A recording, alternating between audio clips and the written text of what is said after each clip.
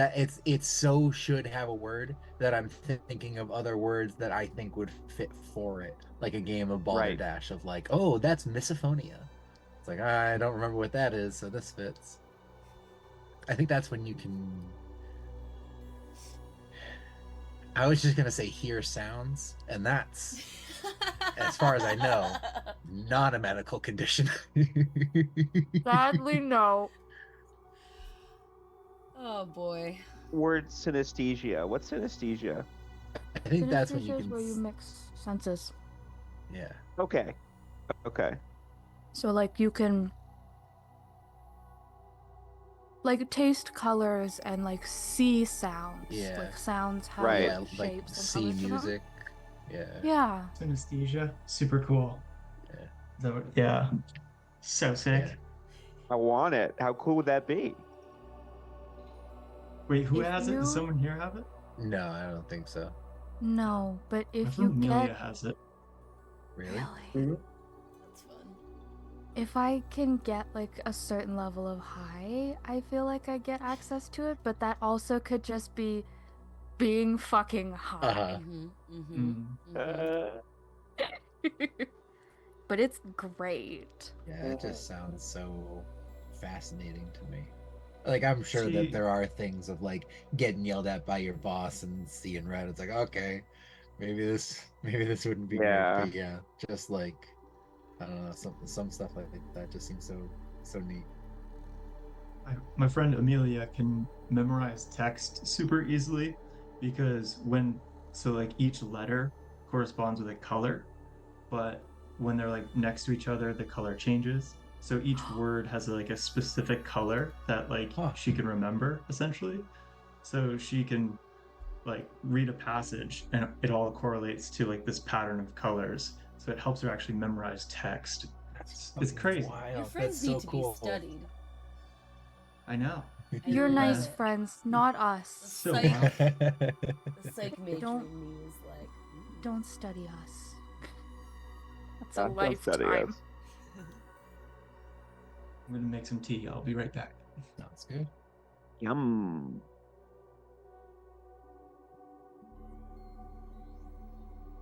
Hot for tea. I was desperate for something sweet, so I had one of Levi's little cups of like sugary blue shaved ice. Awesome. And then I remembered that I was 34 years old and was shoving something incredibly sugary into my body. You mean that you remembered that the child inside you never died and you're an adult and you're allowed to have a sugary water snack because what what else is the point of life? Why are we here if not to taste sugar sometimes and have I really fun want pretending? I really want your product line of sugary water snacks. Sugary Yeah, water like, snacks. what? sugary water. Hi, I'm Rick Conley. Welcome to Sugary Water Snacks Incorporated. You've got That's- sugar. that's It's my- not water. That's my The conservative 1880s. political candidate name. Senator Rick Conley is really how I see that trajectory. Ring to it. He's not a great guy. He's not- His last He's name not doesn't bad. give him away at all. he's not Ew. sleazy, but like, yeah. I'm just Yeah. curious how long you thought about this persona. It's been a while.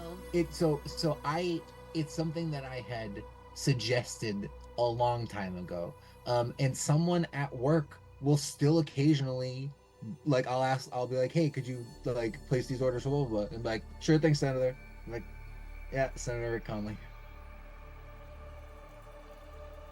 Why did we not meet this nice gentleman? We played superheroes in like the fucking 50s. Yeah, When we could have had a Metal That Gear would've been on his top of a heyday. big. Two I'm. characters could have punched each other. Good point, Luna. I've read too much Stephen King to have to want to insert myself too much. And actually, when going over the space timeline, I am the first canonical thing that happens. It's, hey, first period, we make contact. Hey, what happened? Pat Conley, here's a crazy outfit that this person is now named in universe. Have fun with that, Pat. And then that was Christina's last, like, oh, the last round, so no one can change anything. Boop. Okay. Okay, but that's Pat, and I was discussing Yeah, well, that's not Rick or Rick. Ron. That's not Yeah. Rick. Well, his brother Rick. There's We Pat don't and know there's what Rick. he did yet. Didn't know Alternate it timeline. existed. Rick Conway. Yeah, you guys, you will never meet Pat Conley. You might meet Galactic Senator Rick Conley. Oh my god, yes. Yes.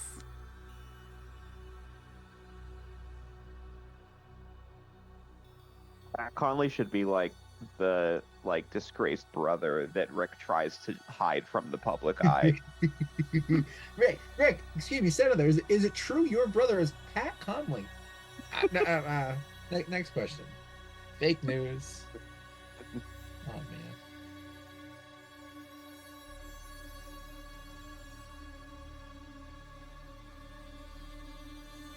Hi, Ryan. Hi. I think I stared into the depths of hell one day when I received a TikTok of a man at a press conference talking about how he was there doing his job even though his wife had just died that morning in a tragic car accident. And in the background, there was sad music with the caption, "Sometimes you just need to get the job done." Because somebody saw this video from The Onion and thought it was real life and needed to make it into an inspirational TikTok. And I feel like that's Senator Rick Connolly's vibe. Mhm. He would take Yeah. a parody and turn it into an actual serious thing. Was what I was going to say Yeah, before I can got see that. disrupted trying to do a knit front and back and front again.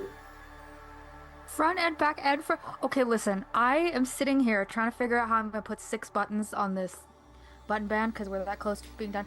Knit front and back and then front again. Lunar, I've tried to start this cowl 4,000 times. The first row is knit one front and front again, and then slip 3 with yarn in front. Then knit 3, purl 3, knit 1. And then your first increase is knit 1, make 1 right, purl through. I have to purl make 1. This makes sense to no one else in this call, but it's I was just gonna brutal. say, This do you is guys the remember when we cardigan. used to Gonna play pearl Destiny Make one?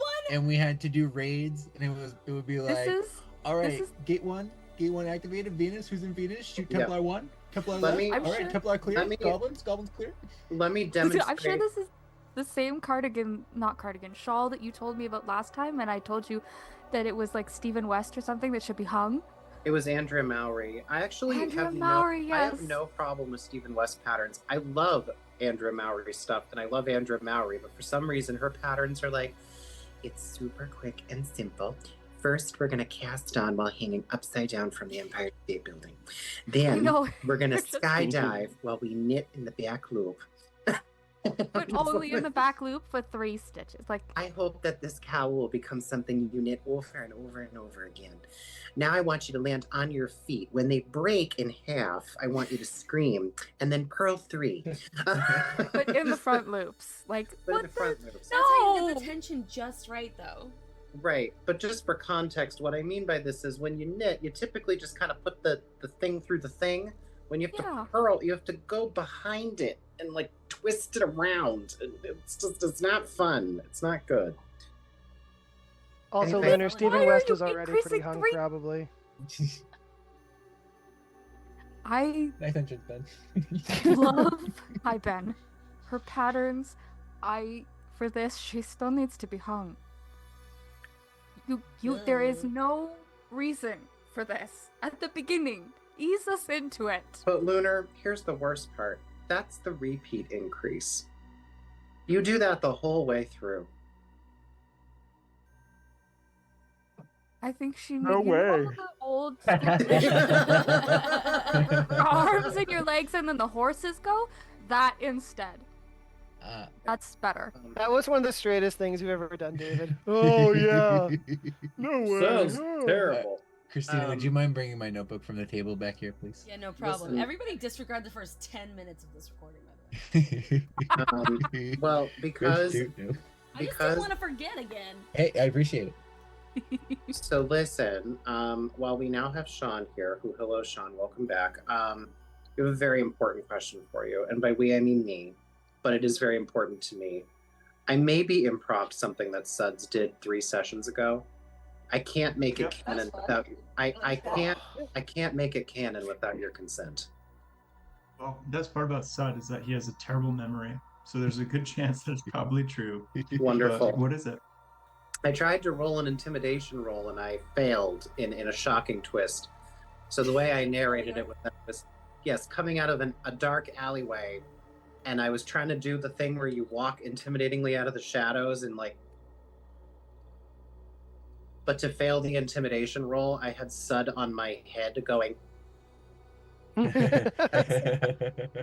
Perfect. Any way you can help, quote unquote. Yes.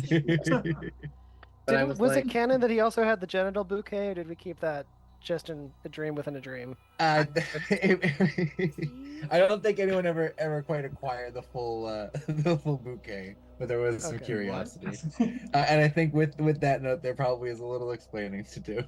I don't know if we can no, explain no. the genital I bouquet. know that one might be No, tough. here's the thing. We have not succeeded in integrating AI into this campaign until I can query the AI more about the genital bouquet and get an actual honest to God answer. So Hang on, that's... yeah, let me see. I will also say though that the AI, when I've asked questions about Elior's mom, thinks Elior's mom is Clara. Yeah, And- Yeah. it definitely is mixing the life and game quite a bit. I how do you love that Tenebris has a wife because neither Tenebris nor I get any action. So I don't know how this happened. Tenebris is also apparently bald, which I find especially Yeah. it is also pretty positive that there's another person in this game named Kristen. They are separate from Christina. It is pretty positive they're different people. This is Yes. just a slow boil reveal that you've convinced Christian Chenoweth to join our campaign. Yeah. I would die. Whenever I see someone less fortunate than I, and let's face it, who is it? There was a little bit of Barbara Bombola on that, and that really did carry it Fortunate over. than I.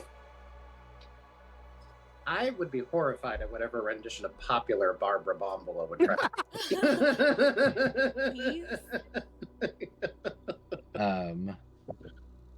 All right.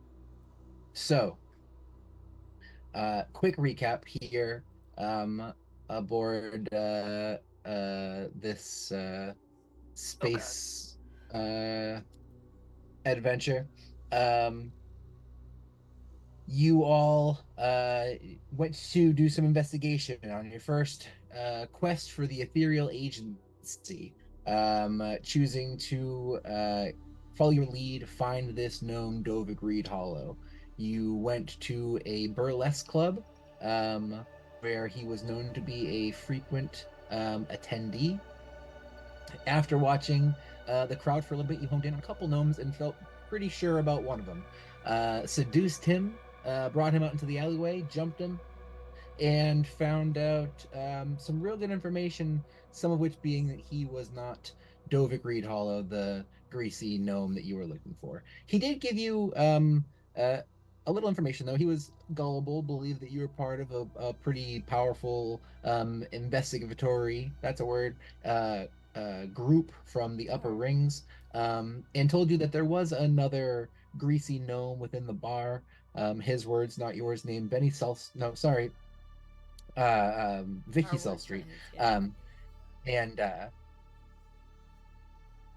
And you went in, convinced this gentleman to come out for a poker game. He did have a brief interaction with this apparent criminal boss, Nine Fingers, this massive man that seemed to hang out in the middle of the burlesque club. Got a little questioned by him, but was able to go. And again, you quickly jumped him, pulled him into an alleyway, and this time did successfully question him about his involvement with the theft of this painting, the Ganunga Gap. He gave you some information. He shared that he was indeed the person who stole it. There were some other artifacts that the director of the Gutter Lights, a name he refused to say out loud and urged you constantly to stop saying while within the city limits.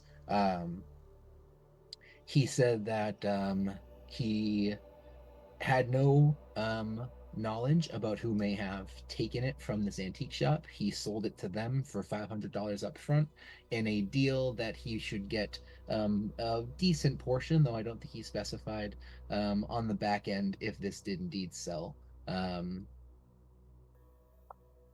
He didn't seem like he was giving you all the information, so Levi shot him in the foot. And that was effective. He did then share that he did still have a girlfriend. Well, not really a girlfriend. They're on the outs now, but he did have to meet up with her so she knew he wasn't dead. A woman he called Millie, and he just had to check in with Millie so she knew he was alive, he was safe, he was out. She's still part of the crew, but obviously she wouldn't be the one who would tell. She never even knew about the painting. There's no way. Definitely not Millie.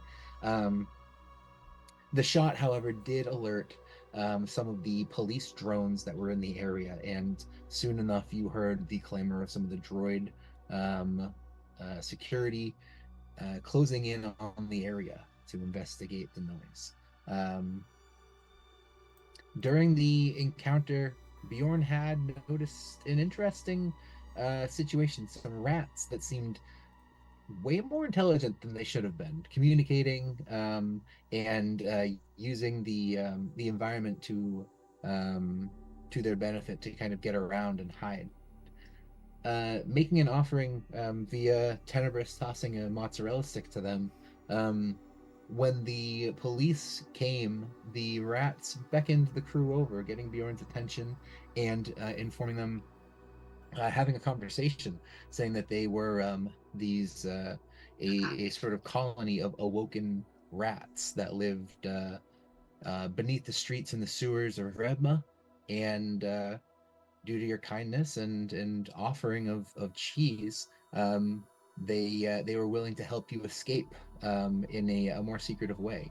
All of you, save for Levi, took this sewer exit and followed these very friendly rats. Levi took off and jumped on the bitchin' moped that you'd taken down to the investigation, and was quickly words. Cops Pursued. started coming. Pursued. Look at you. Quickly pursued by some of these police. Was able to shake a few off. Headed right into the center of the city. Being on the second ring, kind of right near the edge where that well of water returns. Going around that, Levi and Spike kind of noticed something interesting. This almost Rorschach blot in the water that sits in the center of the city. Ignoring it for now, fleeing the police very successfully, getting out to the outskirts of town. Something picks at that. Levi heads back towards the water. Everyone else, continuing through the sewers, meets up with the rest of this rat colony. All very intelligent, very polite, offer some assistance and share a sending stone, a one half of a pair of sending stones, asking if you have any time, any way within your very busy and vast surface lives, if you would communicate and perhaps share some ideas, they would be thrilled. Their leader Fibonacci was very thankful and helped. I believe you had not quite left the sewers, but were planning to meet back with Levi at the hotel. Levi, as he got to the center of the city, looking back at this water, using sort of his third sight with Spike, Spike started to react a bit, noticing something familiar. He'd said earlier something like, "I know that." And we ended the session with Spike realizing what's in the water there, something not really visible to most. Sitting between planes, the ship of an Acephalos. And without any further explanation, that's where we stopped. The quick explanation there. I don't think there was a genital closet, or how did there is a real genital closet. Yeah, There is were. a genital in closet. college. Yeah. And we decided, because you never let us make things up in this game, that there is a sex toy chain store called the Genital Closet, Mhm. where you can procure genitals. Mhm. Plastic Oh. genitals or silicone, including a version where you purchase it in the form of a bouquet. Yeah, just a dozen various genitals. So it doesn't look like genital bouquet was caught in any transcripts, but we'll certainly keep trying. This time it will, so it'll get there somehow. I learned recently that I'm going to actually be teaching this fall. Should I do a field trip to the genital closet? That's a good way to keep my job. Who are you Right? I think that would be a very good way to keep. Honey, that is an HR complaint waiting to happen in about 100 directions. So. All right. Well, with that, any questions or additional notes? They look great. You too. Yeah, Sean, I did glaze over some stuff, so anything that sounds out of sounds strange, I'll try and explain. It all sounds strange, but that's just kind of. I was gonna say, nature, but Yeah. you guys, you know who you're playing with, so. All right. I will say, Levi. You're there, center of the city. Anything you would do? React immediately, or would you try and head back to the hotel and get with the others? Or I guess you have a communicator.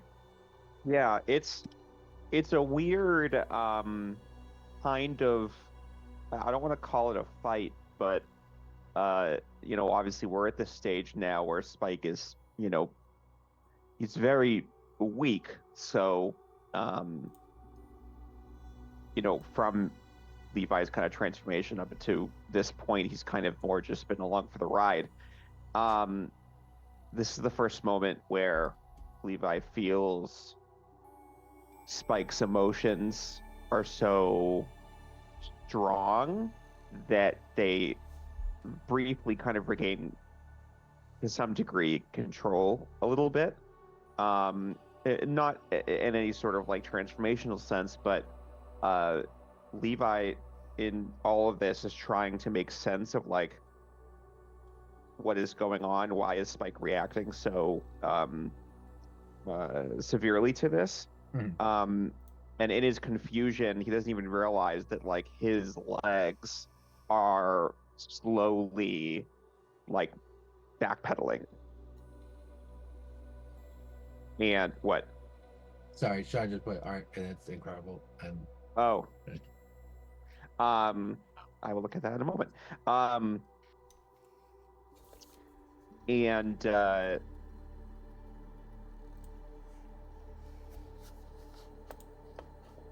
Yeah, so Levi is starting to sweat, and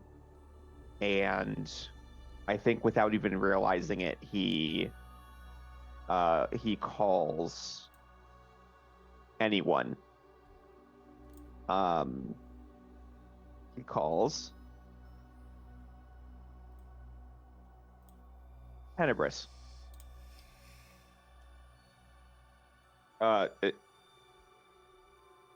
Hey, buddy. Hey. Hello. I'm not dead, in case you're curious. Well, I guess now you know I'm not dead. I don't really have to explain it because I'm talking to you. Where are you? Where I don't really. We are on a ladder. Fuck off with your.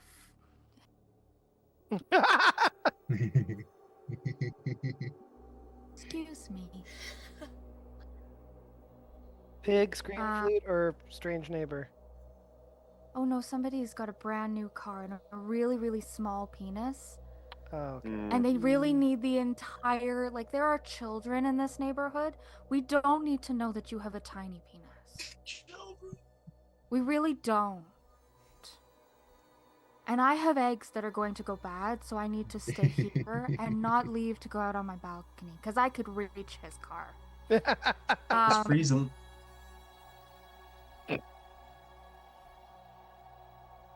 Freeze your eggs. Considered that for far too long. We are currently on a ladder returning to the surface. The rat said you were alive. It was there. Was that in question?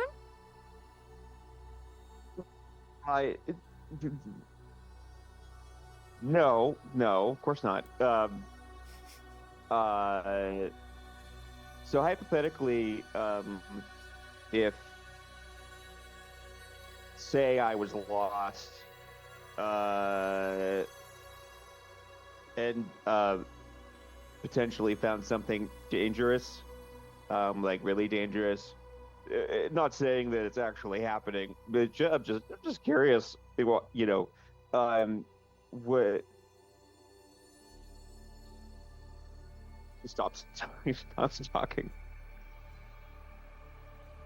I suppose in this hypothetical situation, I would probably call the captain of the ship and let them know that you might have discovered something we need to maybe check out, and I would also potentially let him know of maybe any sort of landmarks or things we could go by to get to you. I could say all of this out loud if you would like and tell him for you. Of course, you are not in any danger because you have not found anything dangerous. No, but it's just humor me. This might be a good dry run in case something I do find something dangerous. So this, if you're near him, it would be good to know.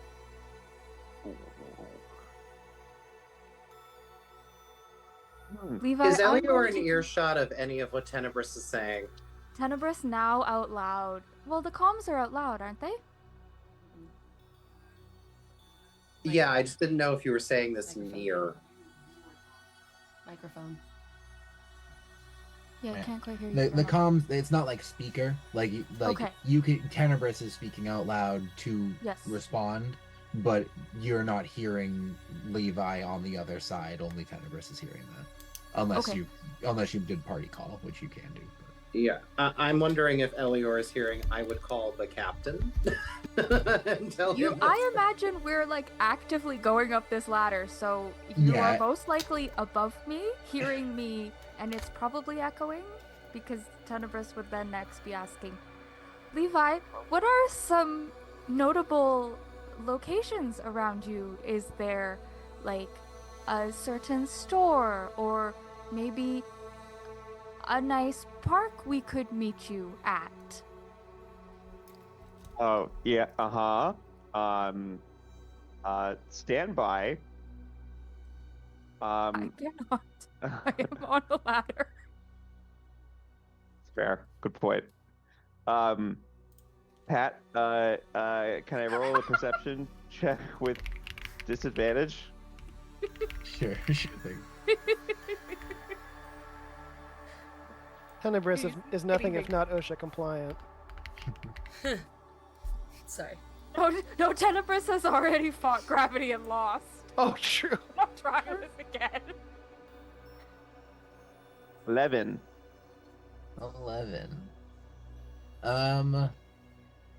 So you said you kind of backed up away from the edge of the ring and kind of back away. I can see that sort of transferring into like one turn into a left, into a right. Now you've gone into an alley and the ring's not within view anymore. There is an odd sort of archway in front of you. It looks like a glass arch, but like sort of set within the alley, but it's this like greenish blue. In fact, as you get a little closer, it looks like almost like drift glass. Is that what it's called? And it's like this very like smooth like collection, almost mosaic of these different pieces of glass that have been washed in through the ocean and come down through into Rebma. Sea glass, Pat? Sea glass. There we Sea go. glass? Yeah, I think I mixed driftwood and sea glass. There you go. And there looks to be not necessarily a collection of like shops and stores. There's a few people moving about. You can see there looks to be a hotel at the far end of the alleyway. Kind of leads down towards that. It's got a little patio out in front of it. With an 11, yeah, you can tell from here. The hotel itself has a sign on it called the Brine Glass Pavilion. And you can see there's a bar a little like off right by where that archway is, like kind of outside it, called Rustwake. Kind of shabby, not too bad. You know you're near the ring. You know you were kind of near the stairs from when you were escaping, but past that, that's probably the most identifiers you could have. All right. So let's just say again, for fun, Mm-hmm. I'm right near the ring, and I'm next to a archway that looks very salty, and already David forgot the name of the bar. The bar is called Rustwake. Rustwake. Also, right next to this archway is a bar called Rustwake, which, I'm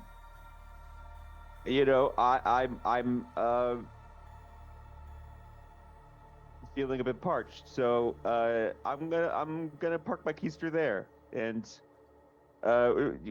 if you all are busy and want to join me for a drink, that'd be cool. If not, that's okay too. I'm just gonna chill for a little bit, and maybe I'll see you later. Levi. Hypothetically, of course. Well, not hypothetically. Salt does have a poor interaction with water. But hypothetically, no parts of you would be wet with your own blood, correct? I check myself. I'm wet with things that are not my blood. That is all right. That is Okay. to be expected with you. I am sure that hypothetically we would be traveling in that area and could absolutely meet you at the bar for a drink, as we are parched and tired of the sewers. And I Yeah. could use an explanation. I admire your commitment to the bit. It is a lot more exhausting than I thought it would be. Spike and I found something, and I'm scared. Please come. We are actively... I think the captain has actually stopped climbing at this point, so we are most definitely headed to you. Do not worry. May I Okay. give you a more specific thing? When I hear you say we will meet you at the bar for a drink, that's when Elior stops. Ah. So you have for sure stopped by now. Also, Pat, we took a short rest, right? That was my intent. Yes. Okay. Yes, just you did making take a short sure. rest when you were down there. I want my inspiration. Thank you very much. I was picturing that whole conversation. Tenebris was like just stopped on the ladder Oh, yeah. talking, and we were all No, I underneath her, like waiting. I can see one person is like literally one step up, and all the rats are like, "Why are they stopping?" And then you just hear Tenebris start talking to herself, and the rats are like, When you get Is it like a done, weird Yep. human thing? "Yeah, it must be." Suds' boot is just like on Bjorn's face. his little bag boot, because I imagine you make Oh. little with the bag. Like sitting on your forehead. that does actually remind me, because I do still need to look into exactly how everyone's characters work, and especially some of the nuances that aren't character specific. Sud, you did spend probably a half hour in the sewers of Rebma. I don't know if you either roleplay or mechanically wise would have wanted to have cleaned down there. If you wanted to, you certainly are. That is not something that you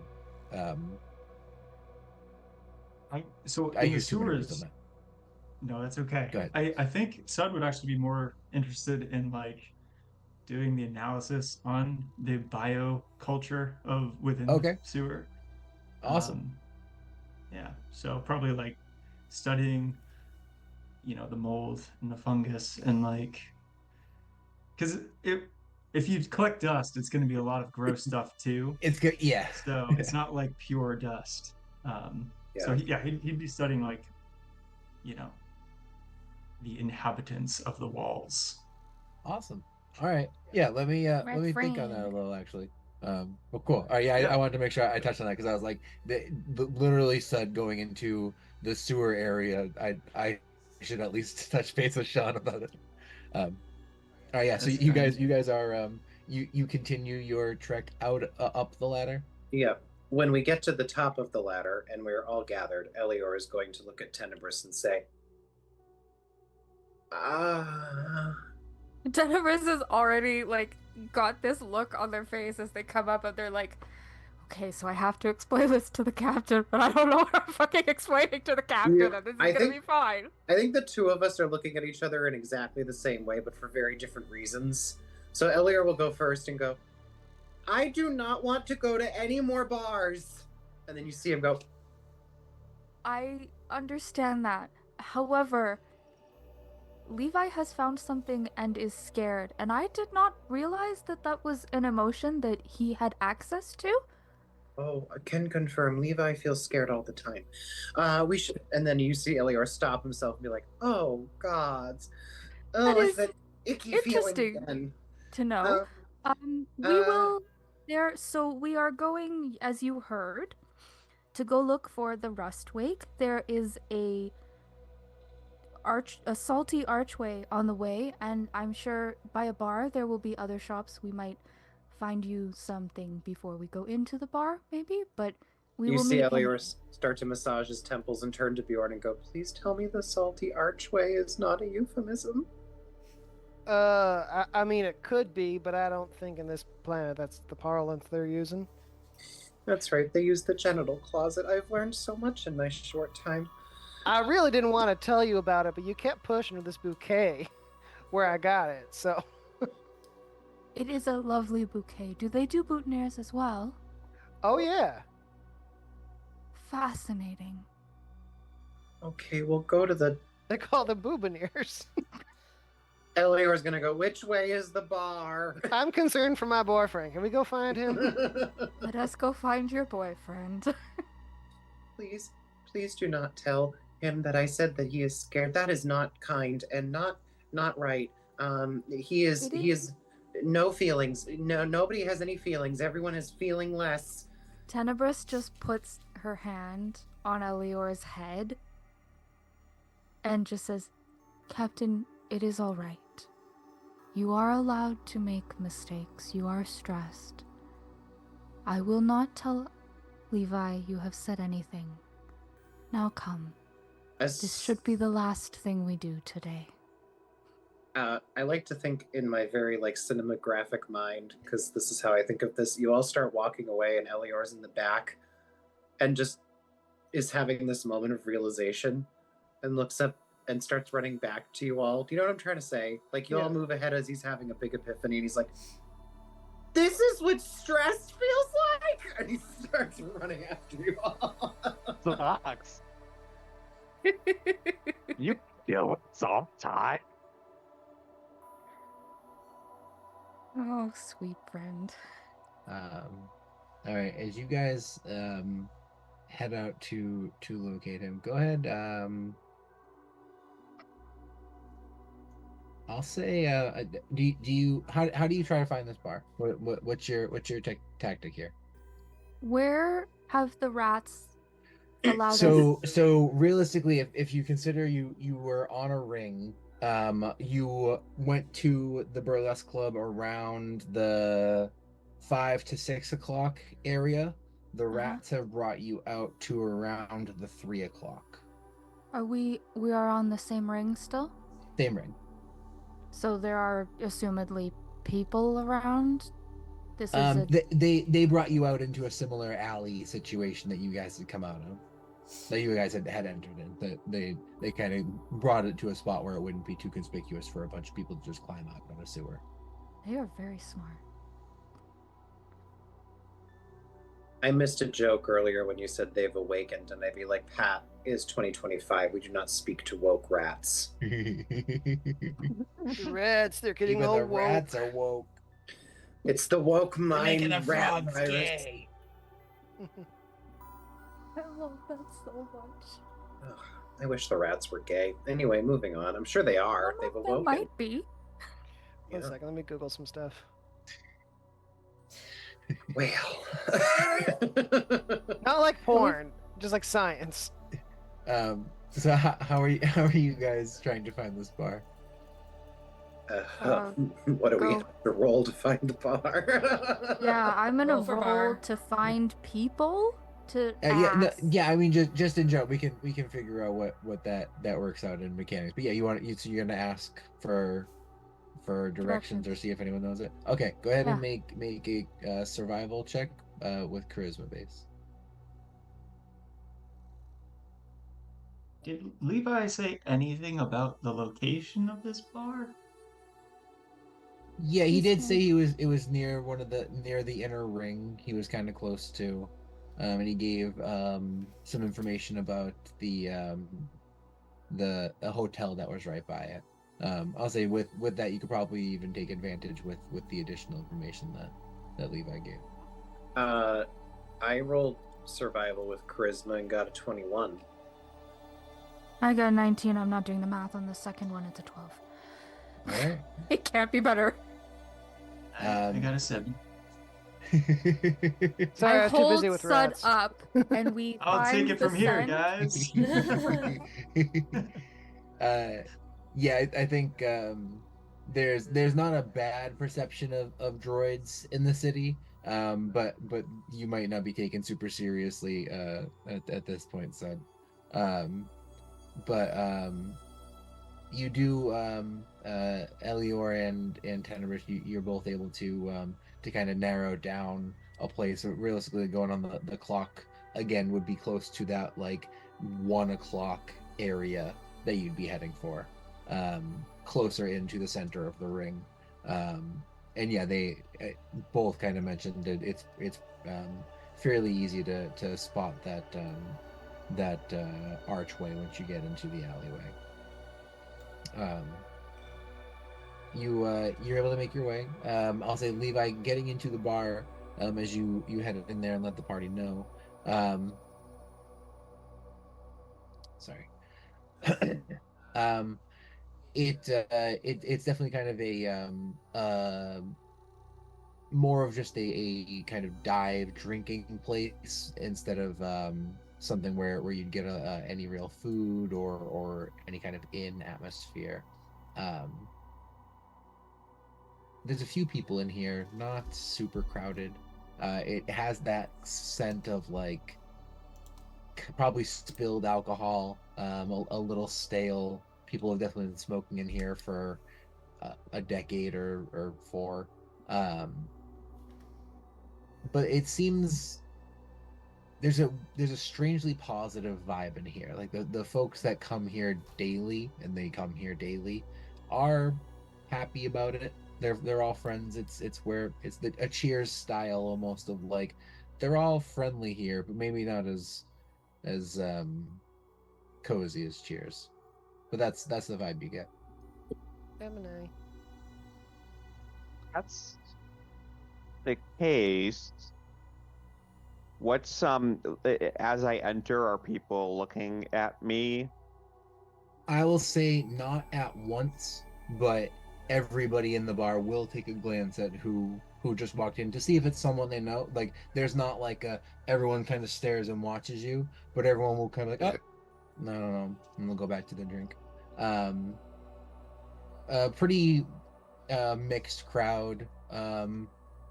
There's a bartender, and it probably is a little jarring at first. You can see there's no facial features or anything. They're kind of a person shaped blob. Make just a straight intelligence check.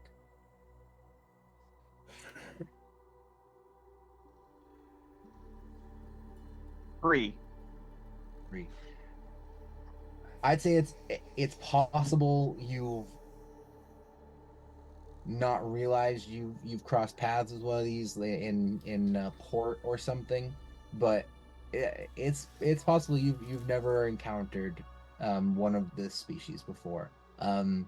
It really seems to be just a jello form of a human. Not even like there's not like a defined brow or chin. Like the head is kind of almost like a thumb shape.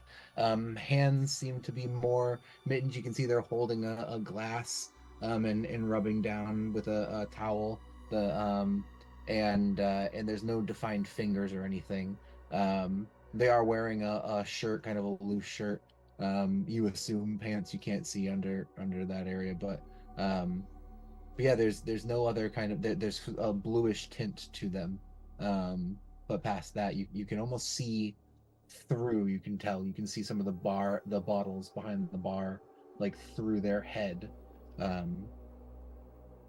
And I will say it's tough to notice at first. You do start to realize that they are looking at you, but again, they don't actually have eyes, so it kind of takes like almost their body turning towards you to realize that they're kind of not just ignoring you.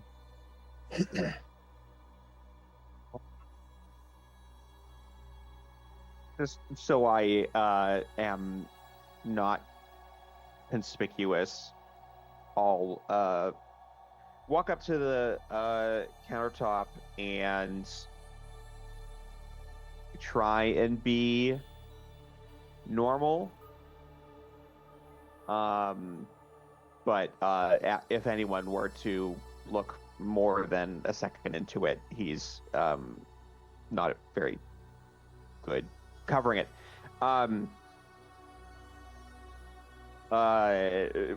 One of something,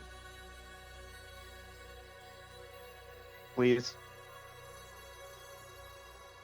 Yeah, bud. You looking for something hard or something light? Something rock water? hard. Oh. Well, a guy that's sitting at the bar, like 2 seats down from you, will kind of glance over and take a sip of his drink. Don't tell me you haven't tried it before. I'll get you something strong, bud. And he'll kind of turn, grab just some brown liquor, and pour. He goes, "You want that on the rocks or what?" No, straight, fine. All right. He'll put it down. He'll kind of scan the bar for a little bit, reach under, put a bowl in front of you, toss a handful of mixed nuts in there. Just, you're not allergic or anything, right? Not yet. Oh, shitty place to find out. Name's Daryl. Let me know if you need something. Thank you, Daryl. Yeah. We don't have a kitchen or anything, but we have to sell chips by law. So if you want chips or some shit, go. Cool. Yeah, I'm gonna sit down now. Levi will grab his drink and bowl of nuts, and find a table as far away from people as possible. Also, if it is against a wall, that would be ideal. Yeah. You find that there's actually only 2 tables in this place that aren't against the wall. It seems like that's pretty much the standard. Yeah, you find one. There's no real people around where you are. There's one guy that's right in the corner. You aren't able to get that corner spot. He's brooding over a drink there. But yeah, you get a table with plenty of spots right in a decent spot. I don't know why spot came to my head so much. Everyone else, you are able to kind of locate the area pretty quickly.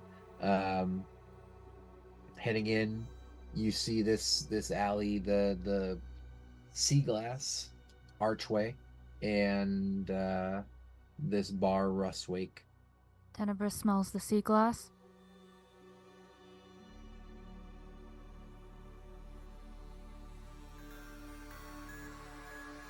Sorry. Yeah, it smells salty. I was trying to think if there would be anything, but it's just got a nice salty brine to it.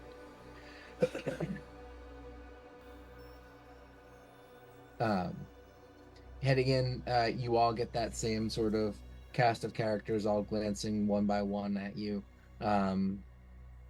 Say maybe Tenebris. Waves to every single one of them.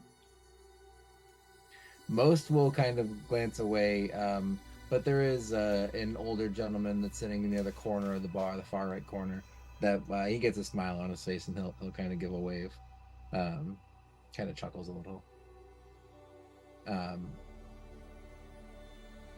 I would say Sud, Tenebris, and Bjorn. You know what? Everyone go ahead. You guys have been on ports too.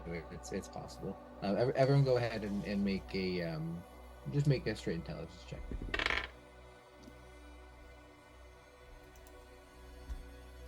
16. 16.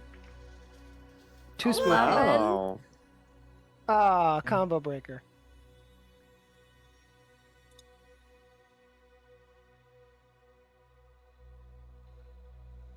What did you? I'm sorry. Sud and Bjorn. What did you guys get? 16. Oh, 16 too. Got it. All right. We're doing great, buddy. Yeah, I'll say as you guys go in, you're probably all a little struck by the gentleman behind the bar. He will he'll kind of wave over. You guys will see Levi sitting on the side right off to your left, and this gentleman will actually kind of come on over. Okay. Is there gonna be more of you, or is this the whole group? I freaking Well, hope not. I think this is all of us. Last I checked. I would like alright. this to be all of us. I don't think the rats followed us. Right. Not in here. We're pretty good about that. Just making sure this No nips. gets a little loud sometimes when get a stag party or two come through here. No worries though. I'll leave you with the menu. Get your drinks whenever you feel like it. And he'll kind of leave you be.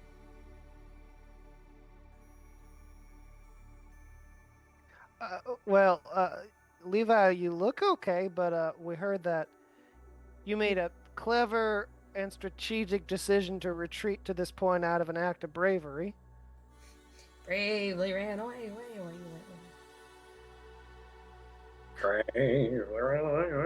away. So, okay. I know that I give off a aura of confidence and badassery. I may be experiencing a blip in this software right now.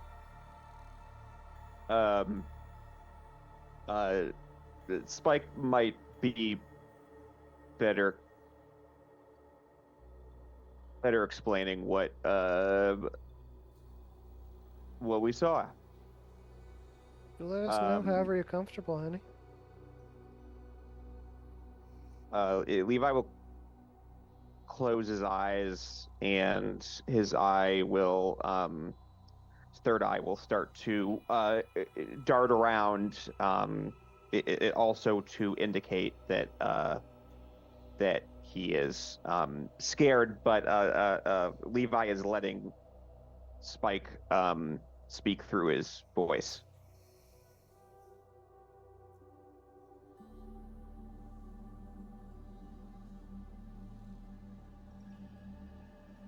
That's when Pat jumps in.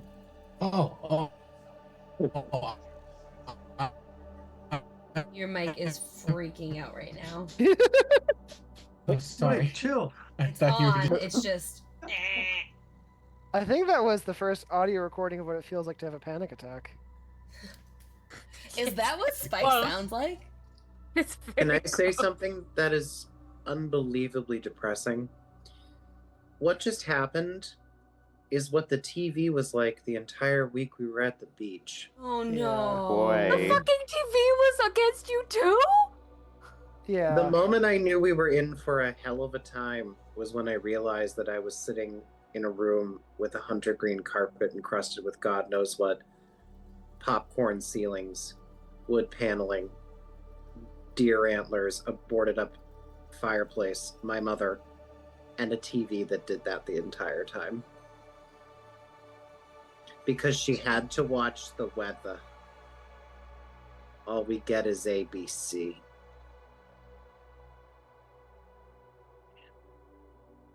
Well, that's pretty I'm sorry to really. Do I sound God, normal she's You're back just fucking again? suffering, isn't she? Like, Lunar, holy I shit. wish it would end. Oh boy. Made it out alive. Barely. Anyway, so what were you saying, Pat? So, sorry, I was waiting for David to start speaking as Spike, so that's why I didn't start talking in the first place. Okay, so Spike will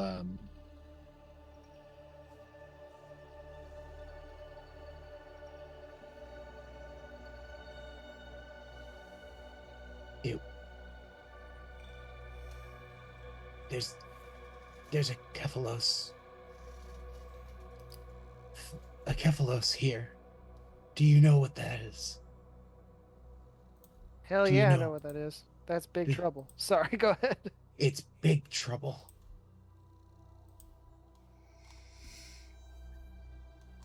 What the fuck are they doing here?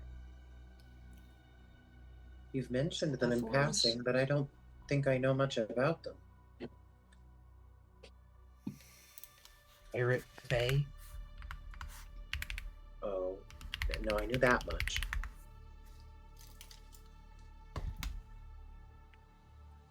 Historically, they don't care for humans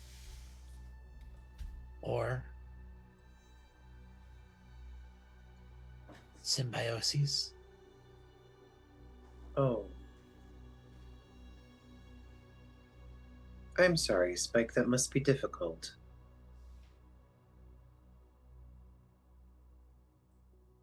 Is it Fucking, it's gonna be difficult for everyone if they're.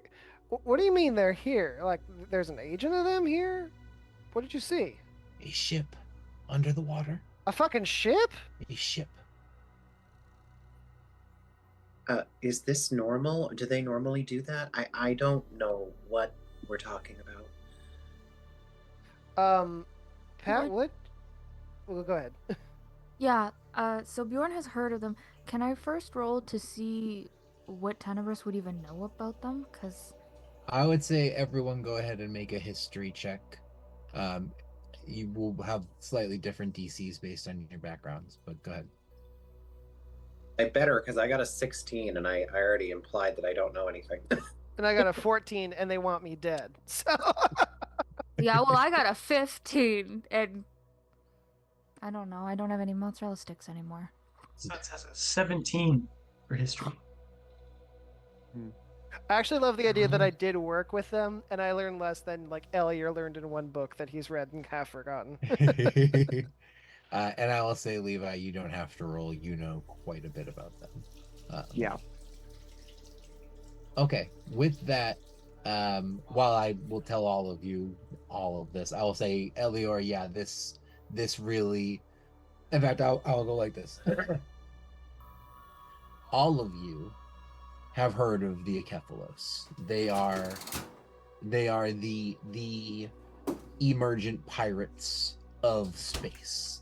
Because of their fey nature, it is said the fey highways lead anywhere and everywhere. And if you, similar to what you've been seeing kind of with the gutter lights, if you start talking about Akephalos too frequently, it is likely they will start showing up as if bidden. It is probably fairly vastly known. I would say, especially you're all fairly intelligent among the greater galactic community. There was a pretty much I would say, especially from the humanoid side, you would consider it almost a terroristic type relationship where Kephalos were targeting specifically human-owned hyperdrives.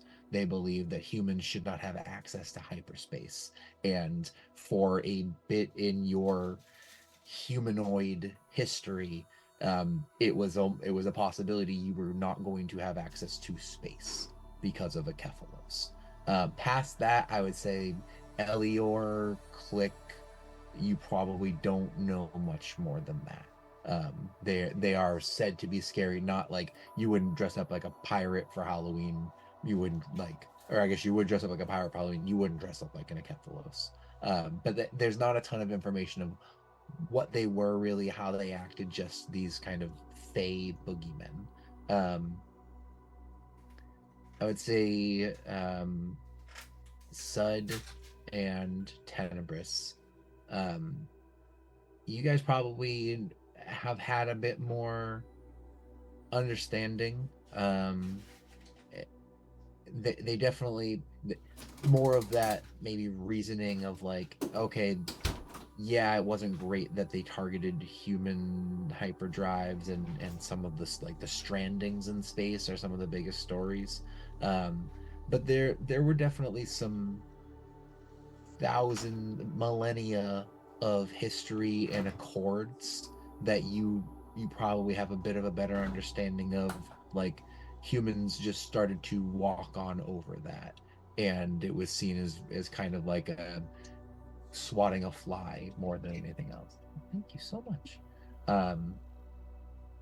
You would also both probably know that Akephalos do not exist in today's space as far as is commonly accepted. And I'd say with your roles, Tenebris, the Void probably has opinions and inklings of certain things, but as a historical fact, the Akephalos were defeated by the boss bitch Harvey the Fifth, Harvey the Sixth, in a war with the Code of Flamboyance,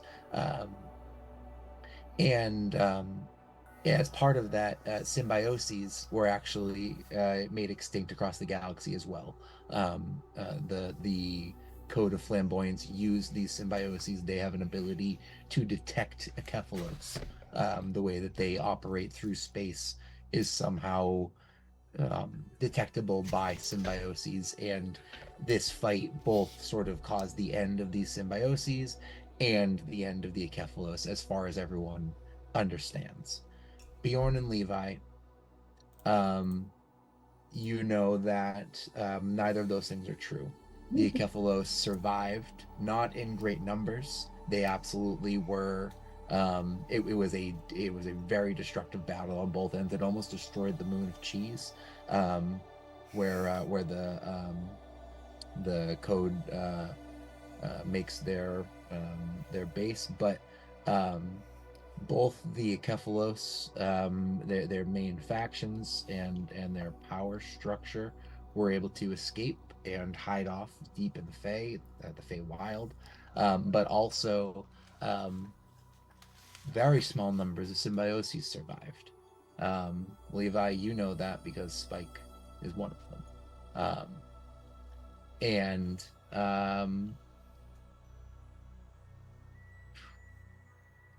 trying to think if there's anything else that would be big here.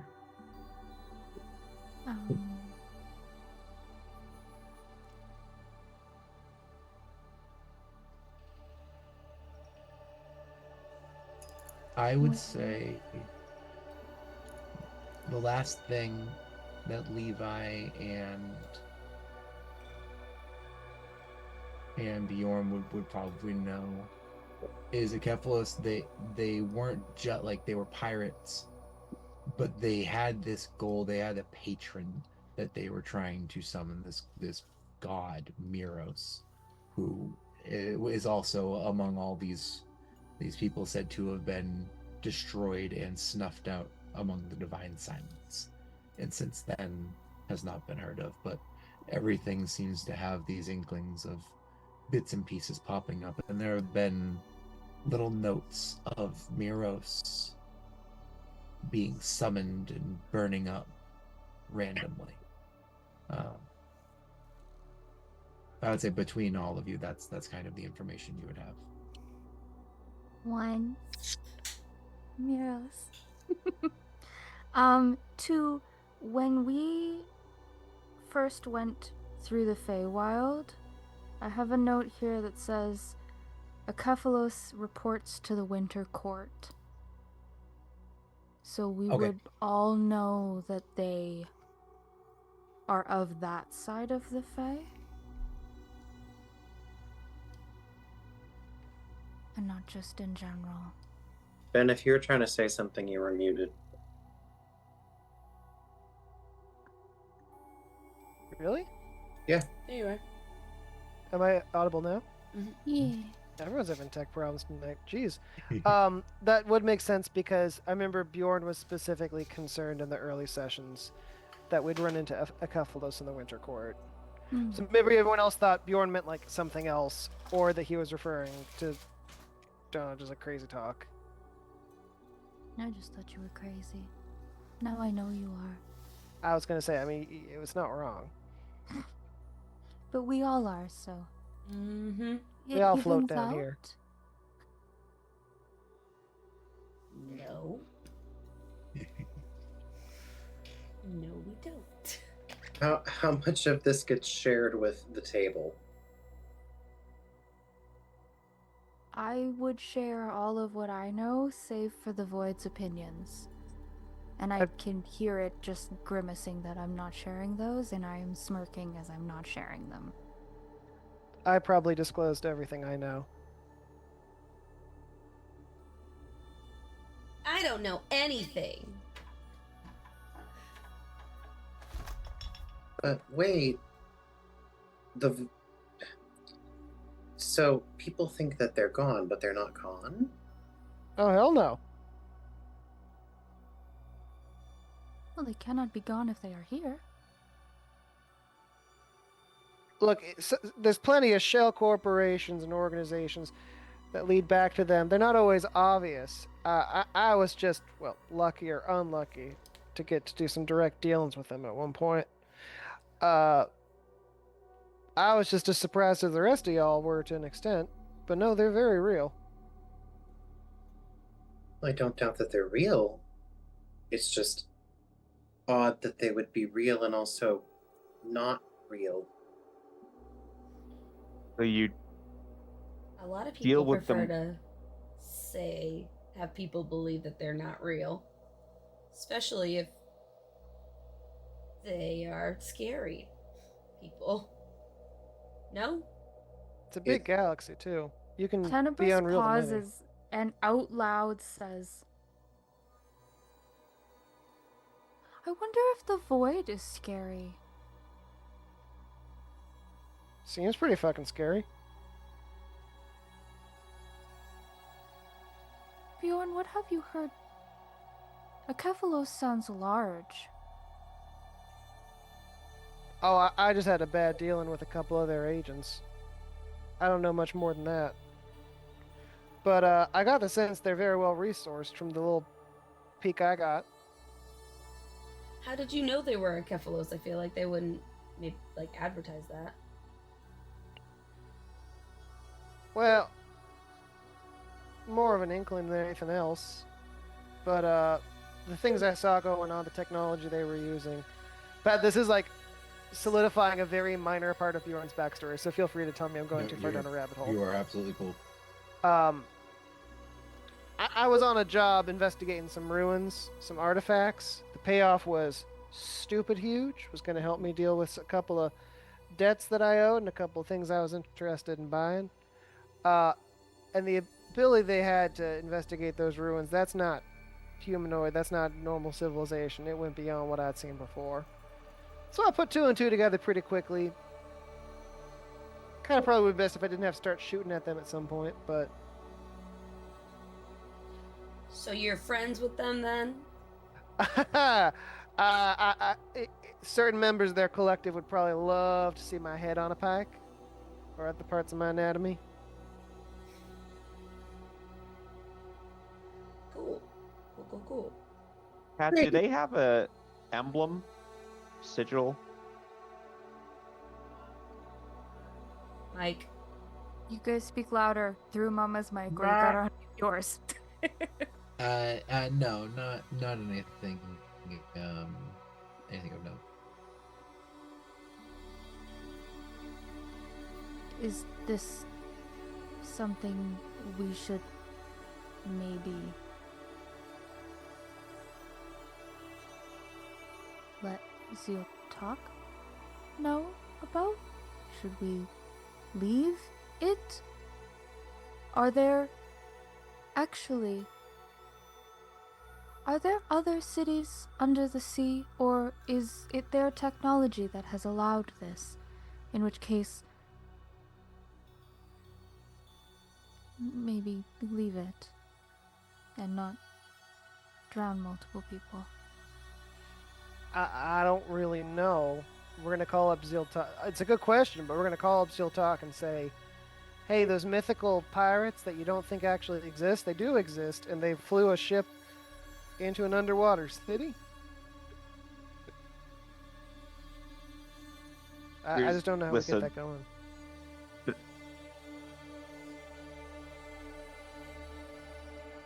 The more people that we tell about this, the more danger we're in. Right. Because the more you talk about them, the more they like to show up. These are cockroaches. They are sadistic, calculating cockroaches. And I think as much as Bjorn believes that he would love to put his head in a pike,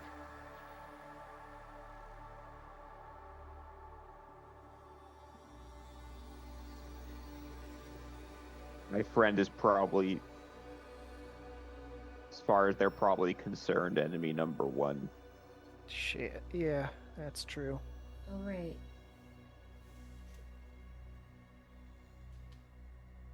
Do we leave?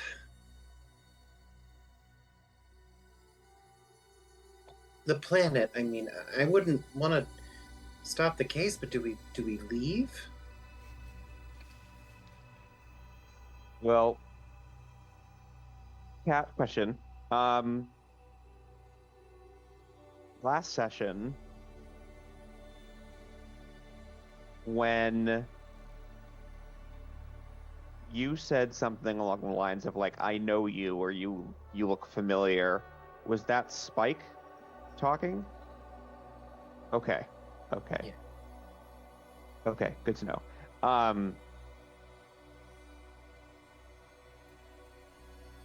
I mean, what other option do we have? We're not equipped to even lick their boots. We are more than licking their boots. It is a question of whether they respect diplomacy or not. You forget. I walk in the shoes of the void, and the Fae encroach on my land.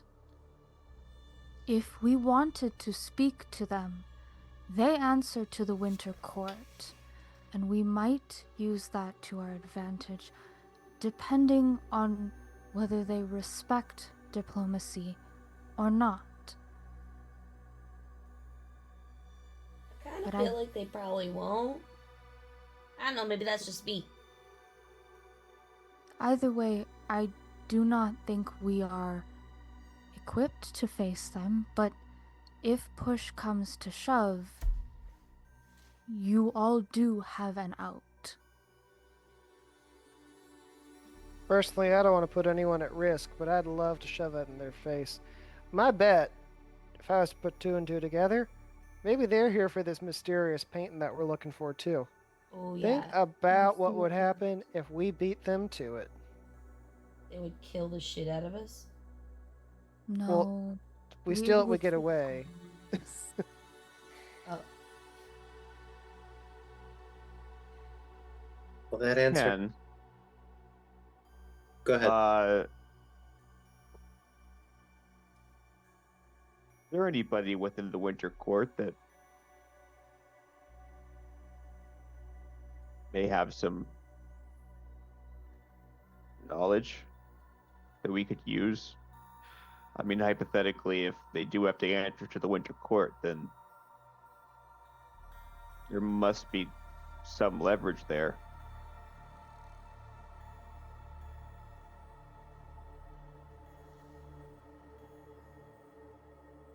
You said 10 and not Ben. I'm so sorry. Oh, sorry. I absolutely heard Ben and was like, yeah, Ben. I don't know. Answer about the face shit that you don't like. I don't know. No.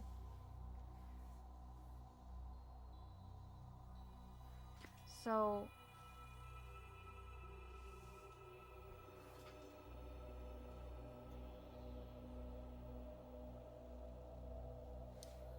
I have not ventured to the Winter Court yet. It is easily something that can be asked. We have relationship with horse, which I like. That phrase has just been just popping into my brain every so often, and I'm like, relationship with horse.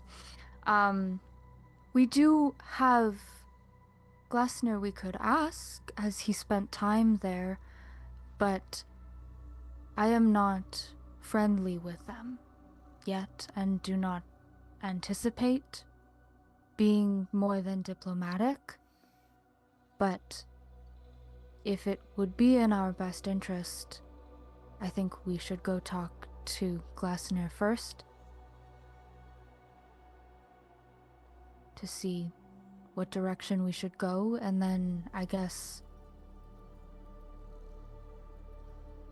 go to the Winter Court, but then we would forfeit the painting. And Tenebris and Lunar do not remember if we have upgraded our ship or not. We have not. Elior was about to say, and we have an ongoing deal With Zeal talk. with We Zeal. cannot enter the Fey Wild Winter Court until we have upgraded our ship. I do not plan to attack them. I will not. But it would be nice. Elior will look to Bjorn and Levi. I don't mean to be a broken record, but everyone thinks they're not real, right? That's their greatest strength. That's their weapon. They don't want people to know that they're real, so they're not going to make their presence well known. Which means they're not going to cause a scene. Unless we force their hand. We should not force their hand. Exactly, Ten. I think we might have more of an advantage than we think. So long as we keep a low-ish profile and don't try to actively seek them out and just stay vigilant, I think we can finish our job and get off the planet. Don't get me wrong, I do want to figure out a way to solve this. We can't just ignore your concerns whenever the Acephalos show up, but I agree with Tenebris. If the Winter Court's our best option, we need to be prepared. Here's what I'm thinking. If this painting has anything to do with the Winter Court, we pick it up, we can use it against them, or we leverage it as a gift. Look what we got for you. You didn't even need to use Acephalos. Now you owe us something big. Or more likely, we burn that shit, memorize it ourselves, and they're like, you can't kill us, we're the only ones that know about this stupid star map or whatever. Correct me if I'm wrong, Tenebris, but Fae have ways of extracting information that don't involve killing. Elior says that and then just like blankly stares ahead like you just realized how horrifying that was. Tenebris is still on the last point and is like, I see why they write books to you. You have an incredible way of thinking, Bjorn. And then turns to Elior and says, the Fae do, but I do as well. It is quite effective, I have found. Tenebris, I am very happy that you are my friend. I am on your side, my dear. Good. I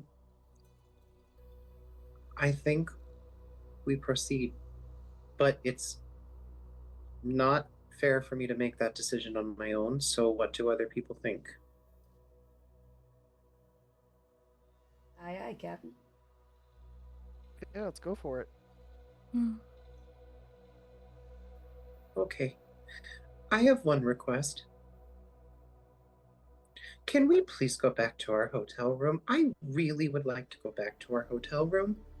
Mm-hmm. Yes. Yes, please. Okay. As we get up to go, Levi is gonna quickly grab Elle's shoulder.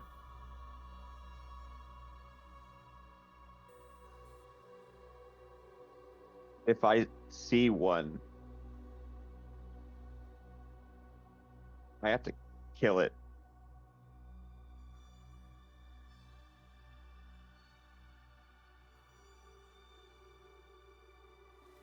Elior's just gonna nod and like, is your hand still on his shoulder? Mm-hmm. Do that thing where he just sort of pats your hand. And moves on.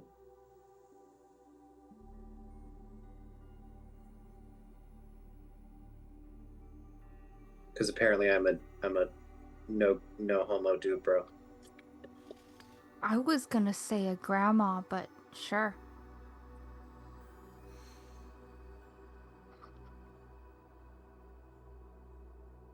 I contain multitudes, what can I say? What if it's the rats? Yeah, and there are multitudes of stress, my dear. We gotta get you home. Can we pay off the barman? Even though we haven't even really, like, ordered drinks or anything, and then leave? I will tip him for his time and effort generously.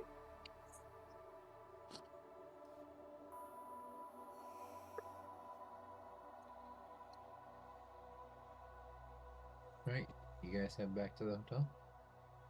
Yes. Wait, on the staircase. Or do we make it to the hotel? Well, if you the staircase on the way up to the hotel, or the staircase in the hotel. No, the staircase in the hotel. Yeah, you make it to the hotel. I'm gonna fucking listen. That map and I are having a fight, and now everybody knows about it. And this is round 3, I think. And I'm gonna fucking look at that map. But I'm also gonna be like, friends, this is the map I am currently warring with. So that, you know, they know A, this is the map I was talking about, and B, why I'm like glaring at a piece of paper painting thing. Make an insight check.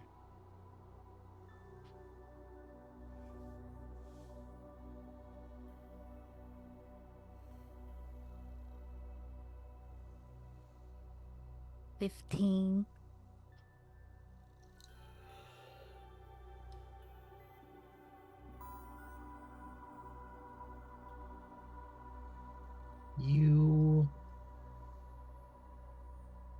You get the same feeling from it. And had some odd interactions already. A memory, star map.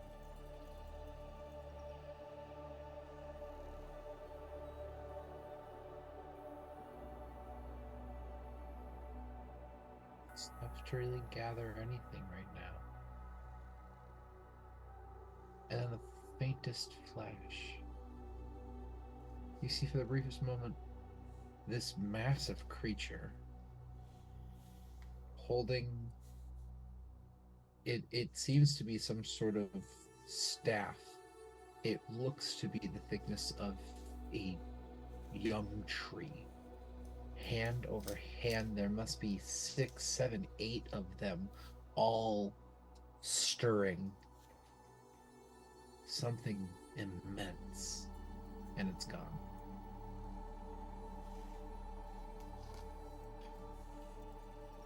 No big deal. This is fine. Totally fine. Can I take another look at the painting? Is it actually just like a star map? It looks like someone took a nice telescope in space, took a camera to it, and this is just some stars. Real pretty stars. You're muted. I'm fixing it. Have we confirmed this isn't the missing painting? Like, Painting has 2 dudes, one with right. looking at the. I was gonna look to see if there was like dudes in here anywhere. Gotta always look for dudes. I mean, they're just dudes being bros. Like, they gotta be easy to pick out, right? They're just hanging out, staring at a map, kissing, whatever. Yeah, you know. They're not kissing. They have no What if- lips. It's just 2 bros helping each other out. What if Can the I- This dudes map has got me moved? rock hard, dude. I don't know what to Listen, do about it. Can I canonically re-examine this map to see if I can find anything that looks like 2 dudes who are gay for each other? You can Any kind of you can roll- constellations, what used to anything? be. Yeah, or yeah, what used to be. No, Dad. What were Pat, you can gonna I say, Sean? canonically say that Tenebris gets a flash of a figure we're all familiar with that goes, "Save it for the crossover, darling."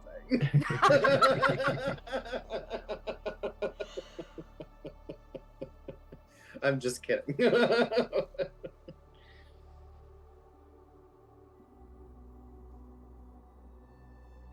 ahead, Sean. Oh, I was just wondering if the 2 dudes moved.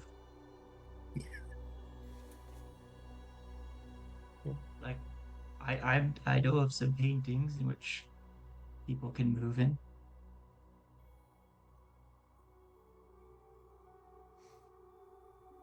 like move inside the painting, or like from painting to the painting?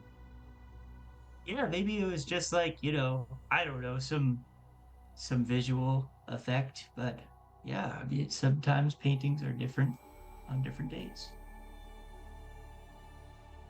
Does that make sense? No.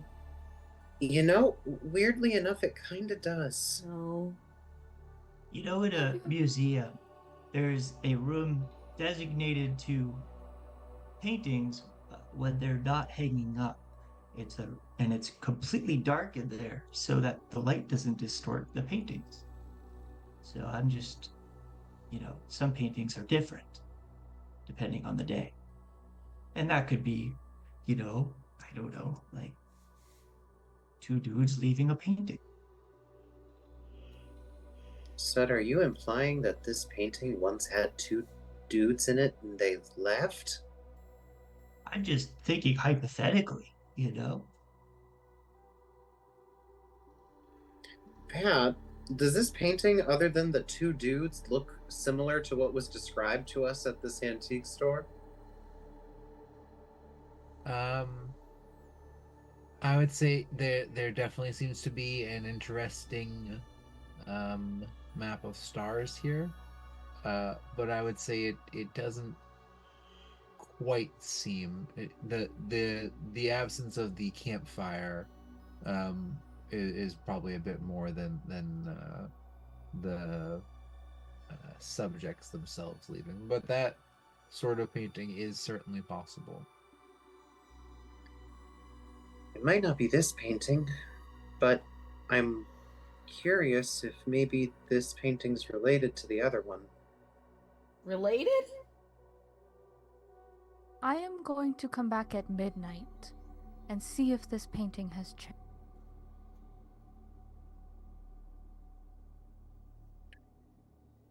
Do you think people So- in the lobby would notice the painting changing?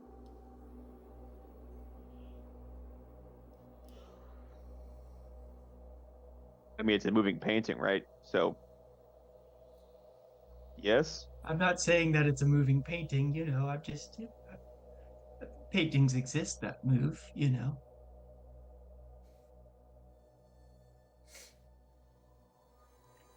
Unrelated question. The porno book contest has, just curious, what's everyone's scores currently? 0. I think I gave all mine to you, and I only found like a 10 so far. I don't have any. I mean, I know where they all are, but I didn't get them.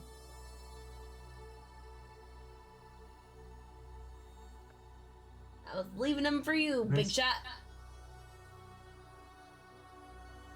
I did see Darwin with a huge handful of them. He was cackling like a crazy, crazy shark. Son of a bitch. Okay.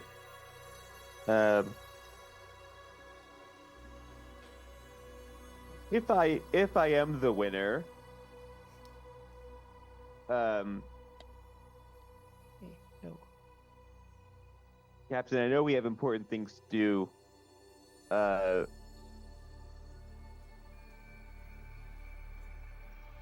wouldn't mind cashing in that gun about now. Well, we haven't taken a final tally yet, Levi.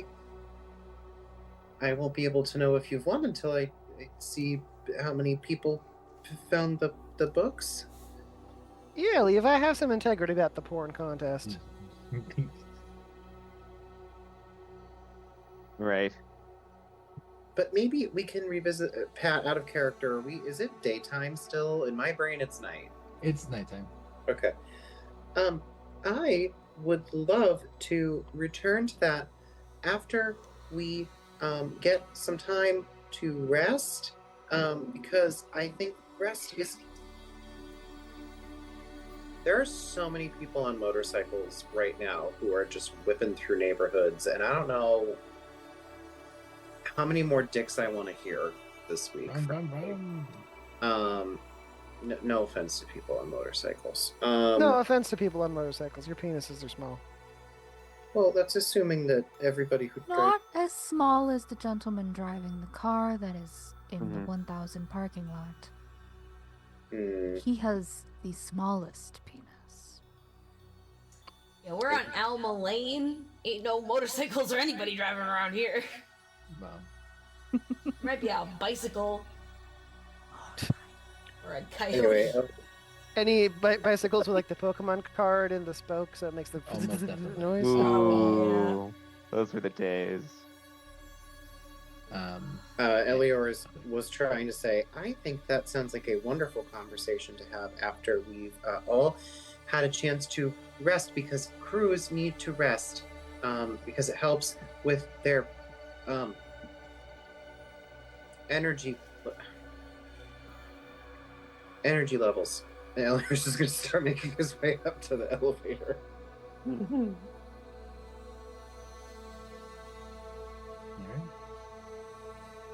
You guys head on up to the room. You get your nice suite. Separate rooms for most of you. Any last conversations, notes, bits before you you head off for a nice long rest?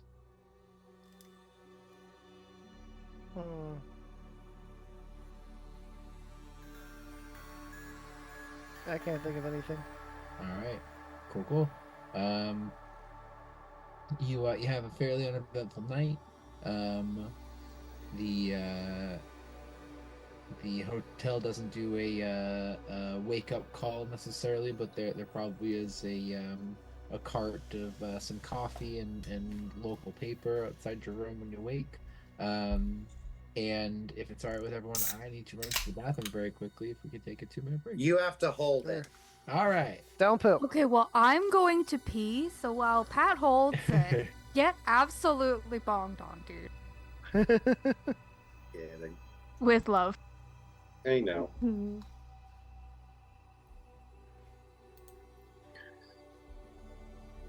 Oh, okay.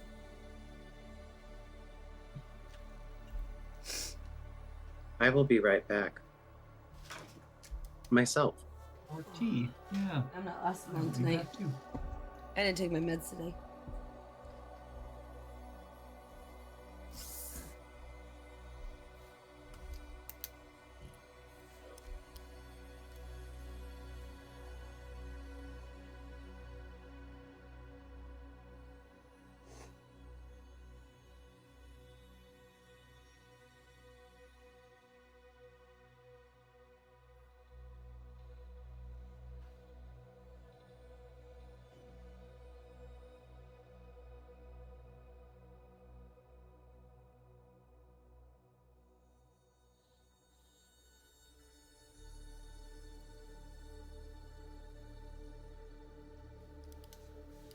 Gonna get a snack.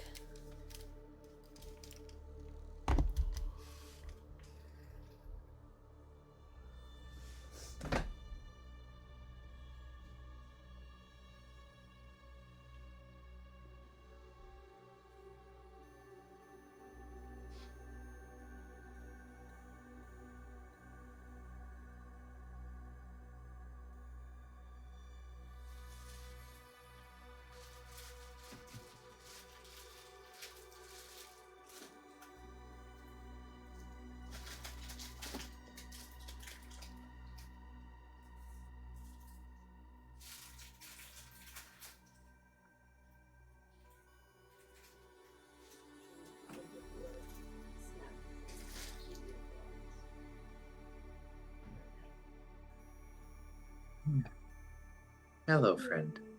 Hi, my dear. How are you doing? I'm okay. It's been a tough couple weeks. Yeah. Hope that's okay to share. No, of course. I was telling Mama I always keep like 3 or 4 spoons just in case people are having a hard time and they need them. Because I can't plan for things like that. But I would still like to be warm and comforting as I am. You are a gem, and I appreciate you very much. I do try my very best. I actually genuinely thought about reaching out at one point this week just to be like, you do not need to engage, but I just need to tell somebody that I'm very blurg. I did not. That's why I reached out when I realized that half of the grief was grief and the other half was just the end of a hyperfixation. I was like, this is fucking fascinating. How many times have I felt this and not realized and treated it like incorrectly, like depression? And it's fascinating. Yeah. That's a really good point. Yeah. And then we come here, and we've got a Kephalos, who I put into the timeline, and I based them off of the Drukhari, which are my horrible, horrible children, and it is so lovely to see that the Kephalos is just really trying their best to Drukhari, and just be the fucking worst. Knowing what I know about my character, we are in for such a train wreck coming up at one point, and I'm very excited. If we ever have to a Kephalos, listen, we can't get into my backstory. We just can't. I don't have a Kephalos in it, but it's not gonna be good for you. And Tenebris is gonna be sad. Nope.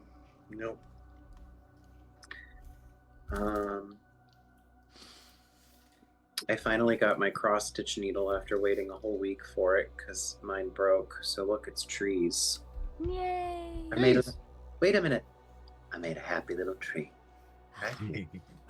And the little friend. And a little friend. Sit down, you little friend. Such a nice squirrel. Was there ever a man? Yeah, I got beat the devil out of it. That's my favorite part. I know. It's the fact that he does it with this like cute little childlike grin in his face, like Yeah. Oh, Bob. Bob. What a true inspiration for everybody. Yeah. Thanks for letting me fold my low energy levels into my character development, everybody. You have every reason to be fucking stressed and not handling it well. So it works beautifully. Yes. But one thing at a time. Got to hang out with the baby today and her mom's, of course, for dinner. Nice. Yeah. She's developing very quickly in language skills, but she was a teen bit behind on motor skills, and she just started what is the technical term? Reaching to stand? Pulling to stand? Yeah, pulling to, yeah. Basically, they brought in some medical folks to check, and they're like, she's a teeny bit behind. And they're like, you're fine. She's like, so ahead with language, it's okay. She's behind with motor skills. And then, like, the second they left, she started pulling herself up to stand. She was kind of like, Moms, I got this. Leave me alone. Chill. Good test anxiety, God. I just enjoyed flopping and bopping around, but if you need me to stand, I guess I can do it. Whatever. I'll deal with it. Yeah, she's very cute. She's got 2 little teeth on the bottom row now, too. Just so freaking adorable. So, may I, when we wake up in the morning, have a quick conversation with Tenebris, or are we all like, please don't have any more deep character conversations? We'd like to move the plot. Absolutely can, but you are, when, like, I said I was going to check the painting at midnight, I'm going to check the painting at like 4 a.m., maybe 5:30-ish. Like, we're full resting, and then I am going to check in the morning. All right. Because I do not desire sleep, but I require silence in a dark room for an extended period of time. Sure. This is the only time you're going to get it with this crew.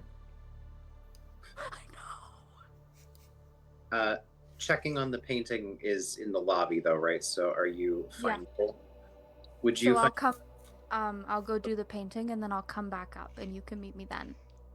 I will be in the center of the suite in my bathrobe. Nice, you'll see them. Yeah, Elior has jammies.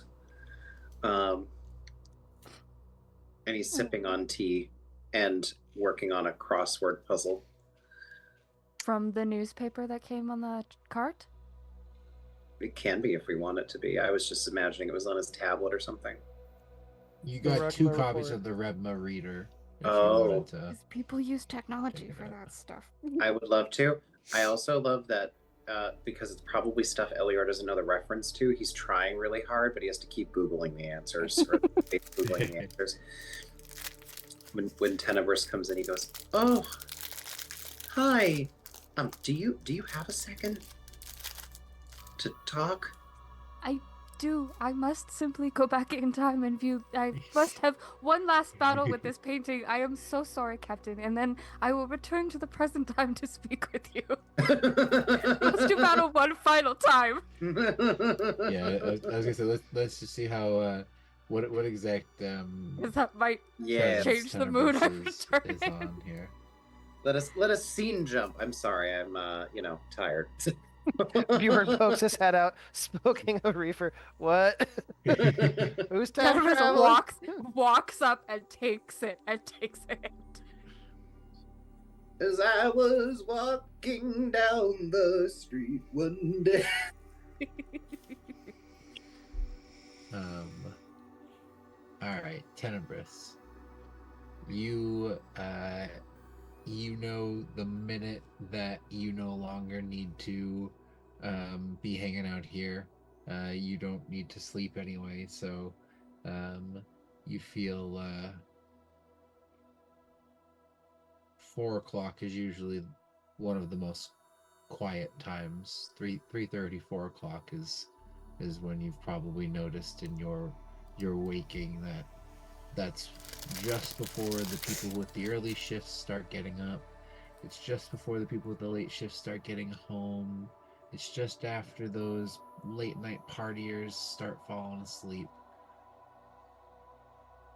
And the hotel is silent. You find your way downstairs and once again come face to face with this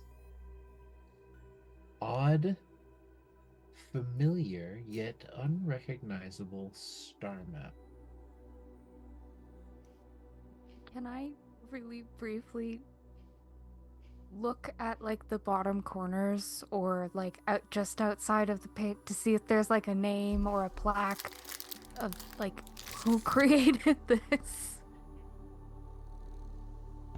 Real quick, like I should have done the first time.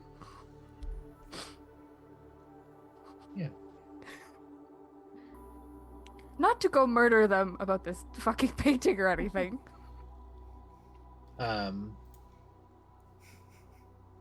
Looking about, you do see a small little golden plaque off to the right. And in kind of bold text, you just see the word parity. Parity. And underneath that, in a little italics, dash unknown AE 5000, which you know to be just about 500 years ago.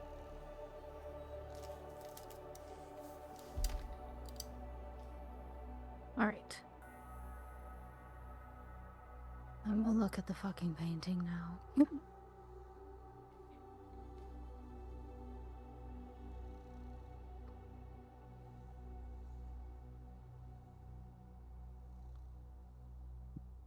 Just a second. Hey, Patrick. Yeah. Did you know the name of that painting before or after the other day when we played Blueprints? What is it in Blueprints? Isn't that one of them? Parody? No. I feel like you tried it, maybe.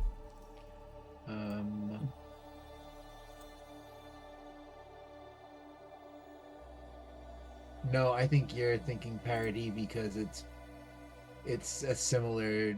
I'm not even gonna say the word just to not make a blueprints thing, but it's another dumb thing Canada would say. I can, yeah, parody's nuts. That is not the joke of the painting, though. I apologize. I should have looked for gay men.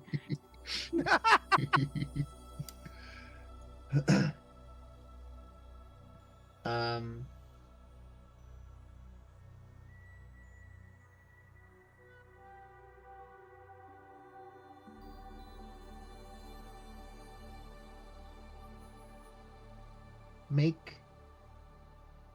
Make an Arcana, a charisma-based Arcana check, and I will ask. I don't want to assume your general state. How present is the void in your general Generally, awareness? not too much. I would have, like, this is probably the last time I'm going to see this painting. So I would have picked this time so that it's quiet enough that I can sort of tap into that. Okay. Because I'll the say- void has absolutely, definitely not watched me just floundering for 3 rounds. I'll say do So this it's- with advantage then.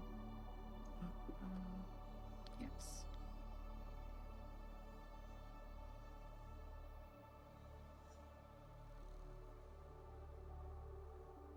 Excellent. I rolled a 6 and a 5. So that's a 9. Okay.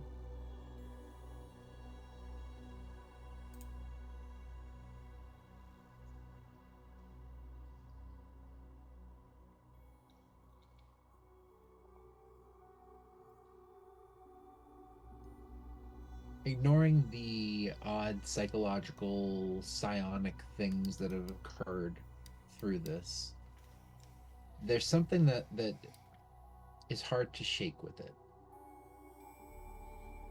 You don't have a photographic memory of every star and galaxy map and everything. There's a trueness to what you're seeing. There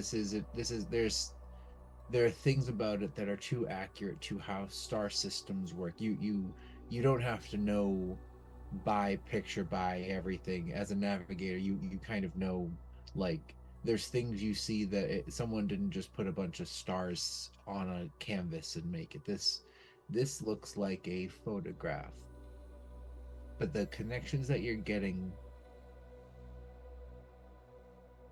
it's more than that. It's too accurate. This is a memory, somehow flattened, somehow frozen here, and you're getting these threads as if like the nerves stuck to a tooth that's been pulled. Not part of it, not connected, maybe even not similar, but catching detritus.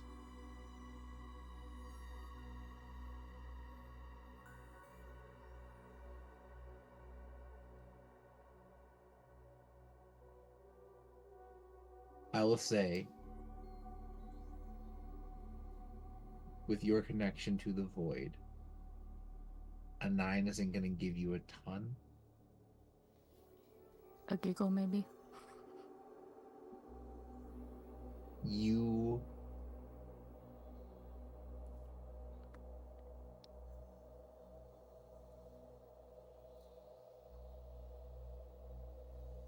I'll say at the most you even get from the void is a word. All you get is not.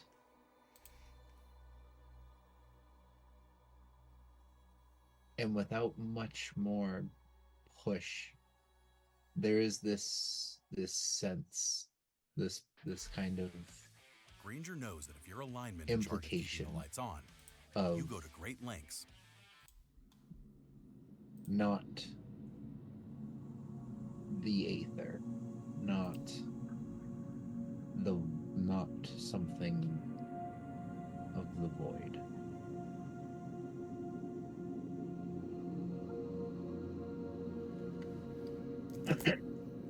Can I, because the poor desk always has to be staffed, can I go ask the receptionists if they have any sort of brochures or anything that would have that picture in it, or if it's popular enough that they have, like, at a souvenir shop?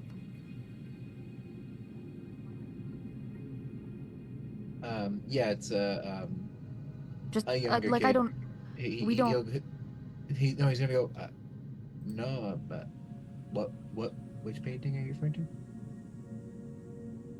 So we've got a decent amount of artwork around here. I don't think any of them are particularly noted or popular. I'm gonna sort of motion to the star map. Oh, yeah, it's definitely very nice.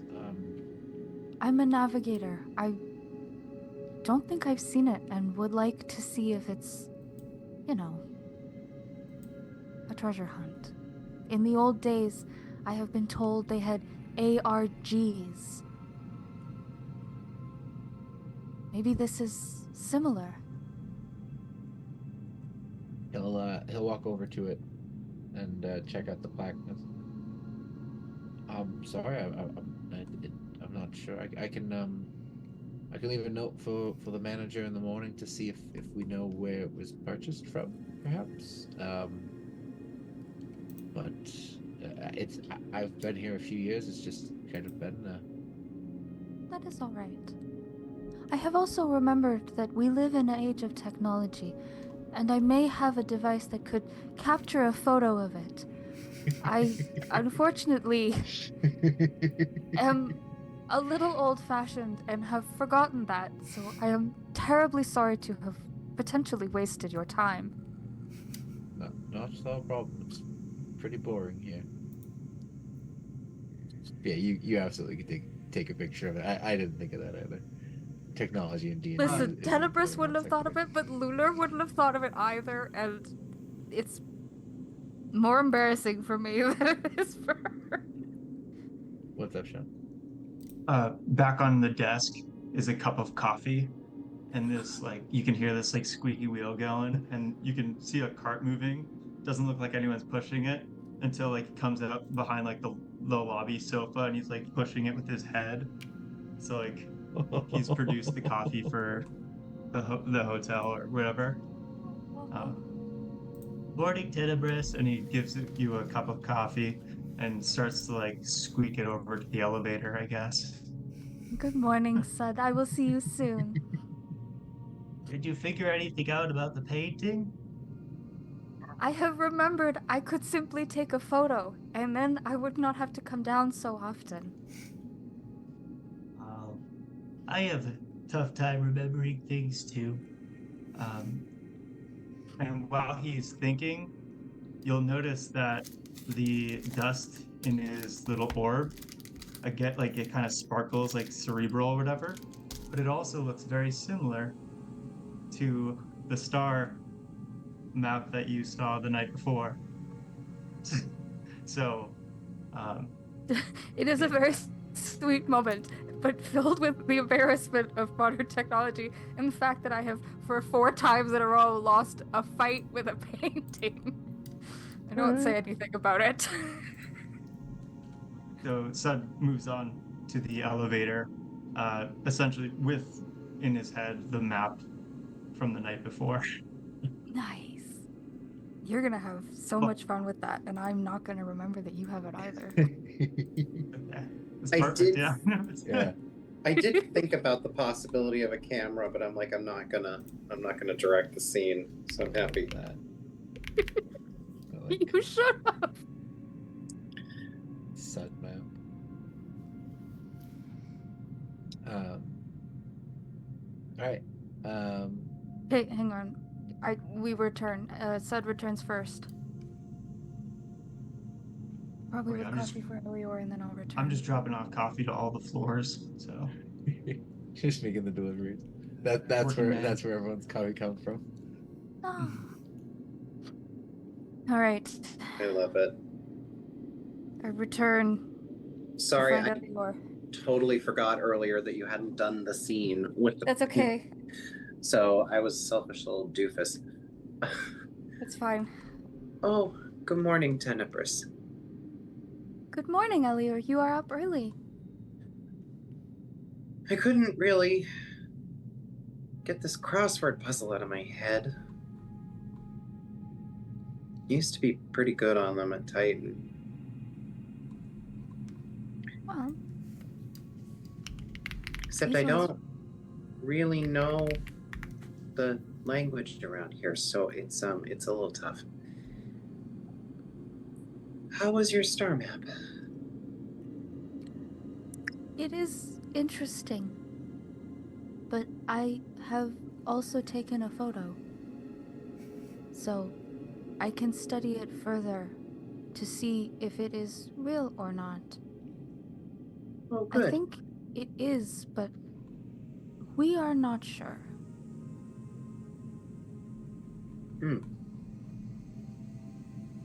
Well, I'm happy to hear more about it whenever you have time.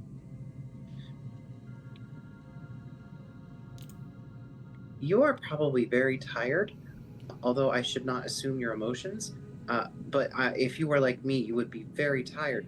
So, if now is not a good time, it is okay. But could I talk with you for a second? I sit down. I have coffee from Sud. I will be fine. Where is Elior realizes that Sud would have had to have left the room at some point, and now does not know how long Sud has been out of the room. He is delivering coffee, so if he has not been yet, he will be soon. Rose hip? I've been on kind of a rose kick since the last planet. So, thanks for that. I have a question, and it might not be a very sensitive question, but I need to know, or would like to know. I can't sense your emotions, but you have emotions? Right? Yes. Okay. So you feel things? Yes. I do not... Tenebris sort of puts the coffee cup down on her lap. I am not born as you are, of a union, a gestation, and then forced screaming into the universe. So, I only know by approximation how you feel. But from what I have seen, I am human in that sense. I hope that wasn't too sensitive a question. Of course not. Oh, good. It was asked much nicer than the last child who asked. That's good to hear. They are not an age where they are to be sensitive, so it is fine.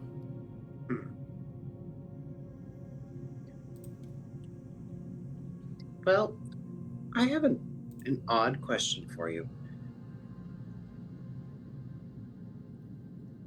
Do you sometimes feel like your head is full of bees?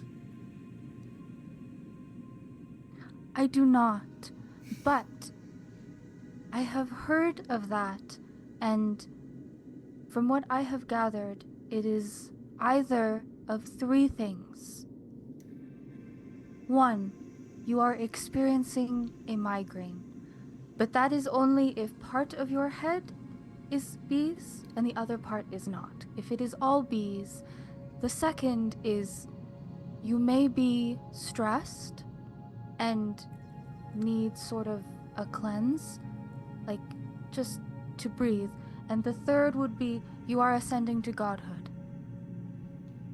Do your joints feel incorrect? Question. My joints feel okay, I guess, and Excellent. I am not prepared to meet another god today. Well, no, I don't think it's number 1 or number 3. Yes, I have ruled those out as well. Okay. I'm going to be really selfish, Tenebris, and ask you to do me a favor, and you're welcome to say no. But the thing is, it's really hard to talk to other people about how you're feeling when you can feel what they're feeling at the same time, because then you can tell when they're judging you, so you just learn to not really tell them how you're feeling, and I need to talk about how I'm feeling, and I need to do it with someone who I can't hear. And then Elior says that and, notices he was a little too loud and, squats back down into the chair and takes a sip of his tea. I bring the cup from my lap. I would love to assist you with this. I hope in the future you will understand where the judgment would come from your crew, but also that sometimes when you do not understand what you are feeling, I cannot help you. Having someone mirror it who understands will be able to better categorize it. But for now, I would love to assist. Yeah. People can learn to shield their reactions. It's a thing people can do. Ziltok did it. So, you find somebody who's pretty good at blocking it out, they can help. I know what stress feels like. It's not like I was raised in a bubble, and I felt it before, but this is different. It's very different stress, and it's making me tired, really, really tired all the time, and I don't like it. And I feel bad because our crew likes to have fun. They do like to have fun, yes. Does it make me a bad leader if I get stressed? It does not. I think it would make you a bad leader if you did not get stressed. Stress, I have found, shows a commitment that something on the other side is important to you. And I know you say you know stress, but you must also factor in that you have taken on a ship, the lives of other people. You have helped people in 3 planets now. Having never left your home, you did not grow up in a bubble, but your world, I do not think it has expanded. I think it has shattered and is being reformed into something you understand better. Expansion at that rate, something would break. And that is not a bad thing. There's a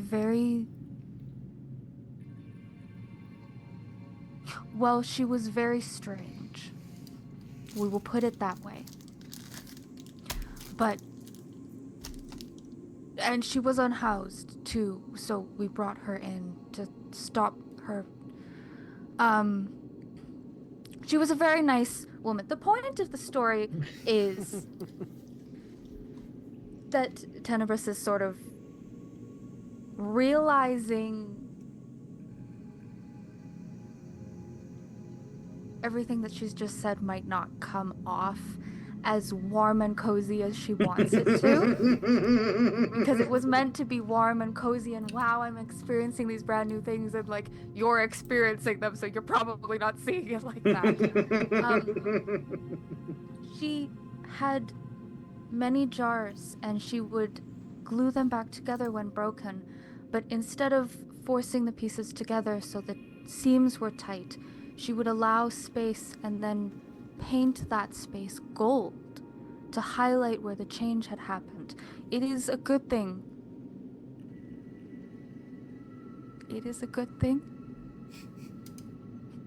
I follow. Do you believe, though?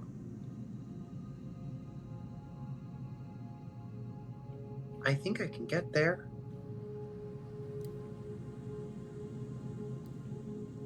Good. Thank you.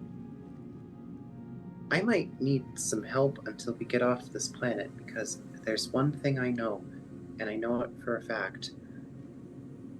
There's only been one place in this entire universe besides my bedroom, after my mother has gone to bed, that I have felt like myself. And it's on our ship. So, until we get back to our ship, if you could just... I could use some help. I will help. Thank you. I trust the crew to help, but, you know, it's a different kind of request. I hope I'm making sense. You are. Also, sometimes having everybody help with one problem, it begins to feel bigger than it is. Yeah. And you are already dealing with so much. Quite well, I would say. It is new and different. And I hope at some point at the end of all of this, if there ever is one, that I can show it better. I have no doubt. I have one last selfish question for you, Tenebris. Of course. Do you know a 4-letter word, second letter R, that means 11th toe?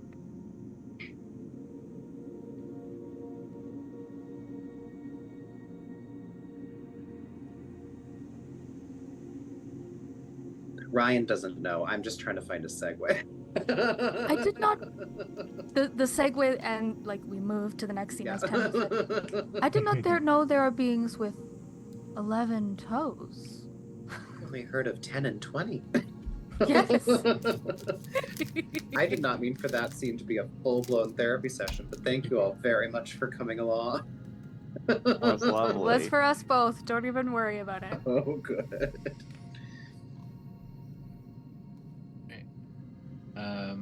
Son, please come bring us more coffee.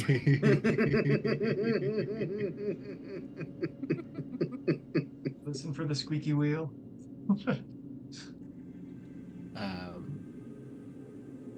What now that you've gotten a rest, you've regrouped, what's the plan for the day ahead?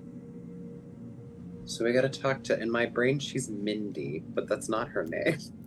Millie. Millie. I was so close. She's thoroughly modern. Anyway, we gotta go talk to thoroughly modern Millie, and we gotta make sure that the Kephalos don't catch up to us, and hopefully find a painting. I feel like I'm in a Zelda side quest to get a painting so we can get a heart container, so we can get the heart container to the octopus, so we can get the weapons, and bring the weapons to the ship. And then we could go fight the boss. We could go fight the boss. I just realized something. When we get the painting back, were we supposed to give it to the antique shop, or are we just supposed to hurt whoever fucked with them? We're supposed to give it back to the antique shop, but I think Elior is already thinking ahead of... Ryan has not articulated it, nor has the character, but know that that is a consideration. I think at Tenebris, this point... Sorry, go ahead. I think Tenebris has expressed, I want a copy of it at the very least. Mm-hmm. I would think there's a world where we're like, well, we found it, we can't give it back to you for reasons, but here's all this gold that we took from the people that we beat the shit out of to get it back. This sounds like a wonderful conversation to have at our breakfast meeting. I just love how Bjorn puts thoughts together. It is What? Just here's money for the violence we did, and it was good violence. Yeah, we did great violence, and we got the thing that we want, and we don't have to give it to you, and we don't have to come up with any fluff. Listen, Don't the beat violence around we any come up bushes. with, top shelf. Here's the thing. We can just cut right at the conversation. Look, Tan, the people I deal with, they're not looking for diplomatic niceties. If I say I got your shit, you're not getting it back, but here's 10,000 credits, they're okay with it most of the time if it's not a sentimental value. Fascinating. I don't get the sense that they have sentimental attachment, and if anything, I think it's an excuse to get the people off their back. Why am I afraid of saying it in our hotel room? Which one? The Heffalumps? The Naughty Collective? The director. The gutter lights, Elior says over a piece of French toast. Well, the director had asked for, they had sent, Liam and Deb had sent the director a note saying that they had it and now they don't, and so the director knows where it should be, and I was under the impression that we were giving it back to them to fix the fact that it wasn't where it was supposed to be. I can't imagine. If I was in their position, I'd already be trying to leave the planet. If we can just help fund their departure with whatever ill-gotten gains we got, I can't imagine they actually care that much about the painting. I suspect the director's the one who stole the painting in the first place. Well, we also don't have 10,000 credits to give them. I do not think we can collect the painting from the director. I mean, the drunken one did, but... I think we're more capable than one drunken gnome. I think we are actually far more capable than I originally Speak for yourself. Elior says, but to Click's point, we do not have 10,000 gold. Well, maybe we will after we rob the director or whoever else we rob. Some art is invaluable. It's That's hard what to- just they say so they can keep it with the rich people. Sorry, go ahead. Well, it's, the values, the eye of the beholder, or whatever they say. But I'm just saying that some art might be hard to pay for, I guess. That's all. Not to heap it on our shit sandwich, but has anybody heard from Captain Nightshade's daddy recently? You see Elior, as soon as you say that, jolts up in the chair and, knocks his knee on the underside of the table and is like, ow! Tenebris gives you father. this look like, Father better. why? I look at Click. We've talked about it.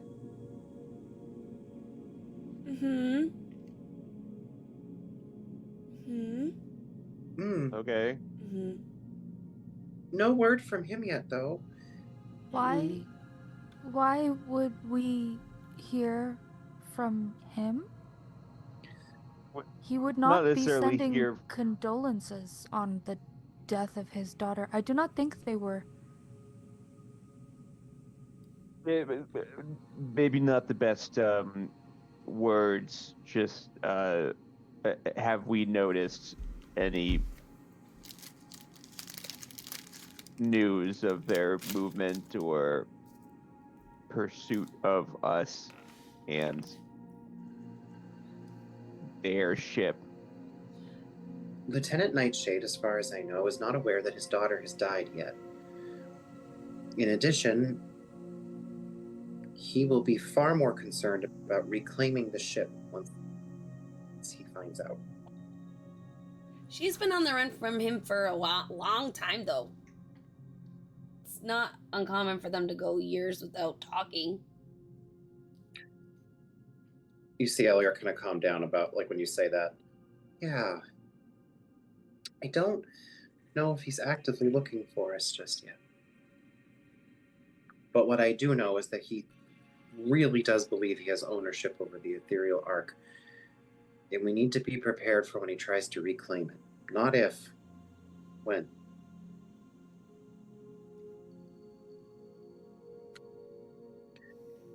Well, Yes. I guess one enemy at a time. The local gang organization and the ethereal army of Fey gangsters. That's first. Somewhere along the line, whatever killed the captain. And then the military while we're at it, too. Adventure is really fun, Elior says that he makes a bite of like muffin or something.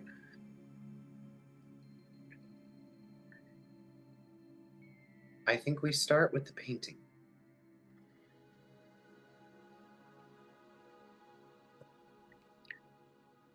We need to talk to Millie. We have to locate where the painting is. We need to retrieve it to make sure that there's a way that we can consult it.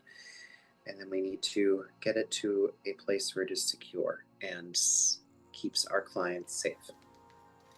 Once that's done, we'll talk about our ship, get out of here, and discuss our next strategies for how we confront the Code of Flamboyance. The Code of Flamboyance and Lieutenant Nightshade.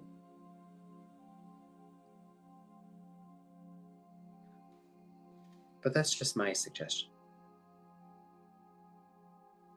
If I could just say something, I've been thinking about it a lot lately. It's just how our fascination that these paintings might even be connected with the one in the lobby and this one that's missing.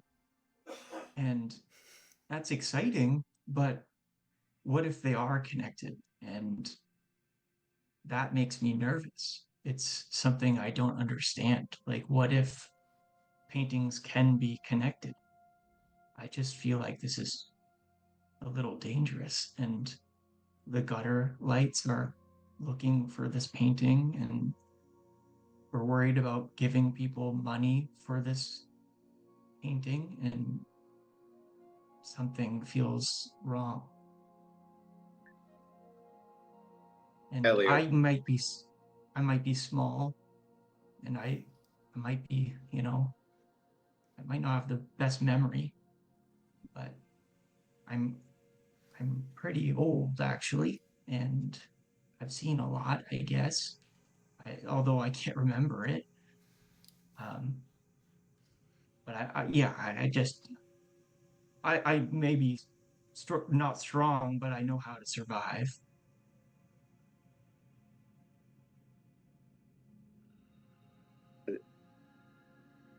Elior is a little taken aback by this, and will walk over to Sud and get down to his eye level in like the sweetest, most Christopher Robin way I can imagine. I know how you feel, Sud. I really do. It's really scary, but I'm going to tell you something.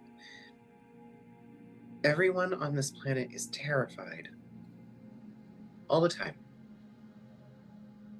And at the end of the day, I thought it would be a good idea to help because it would be good to give at least a couple more people the opportunity to feel a little less afraid. So no matter what we do with the painting and the gutter lights and the Kephalos and whatever, it may sound silly, but I think it would make us feel really good and them really good if we could just give them 1 second of silence. Does that sound like a good enough goal to you?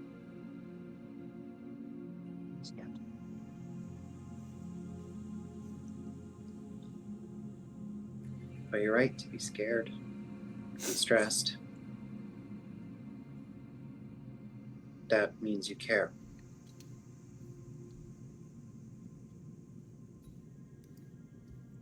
I'm not naive. I know that this is very silly and that there's really no logical reason for why we're helping these 2 people.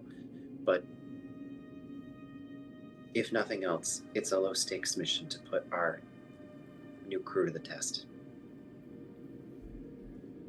So unless anybody has any objections, I say we continue our search for the painting in earnest. Levi raises his coffee cup. 1 second of silence. And Sud, thank you.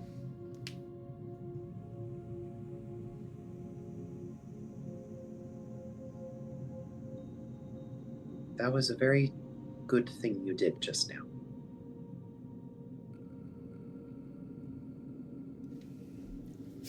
Hate me? Did you say don't hate me? You don't hate me? No, I don't! The tone I was going for was sweet and kind. Did it come off as stern? Well, it's just him being worried. Oh, okay. I will pet him on the head like a sweet friend.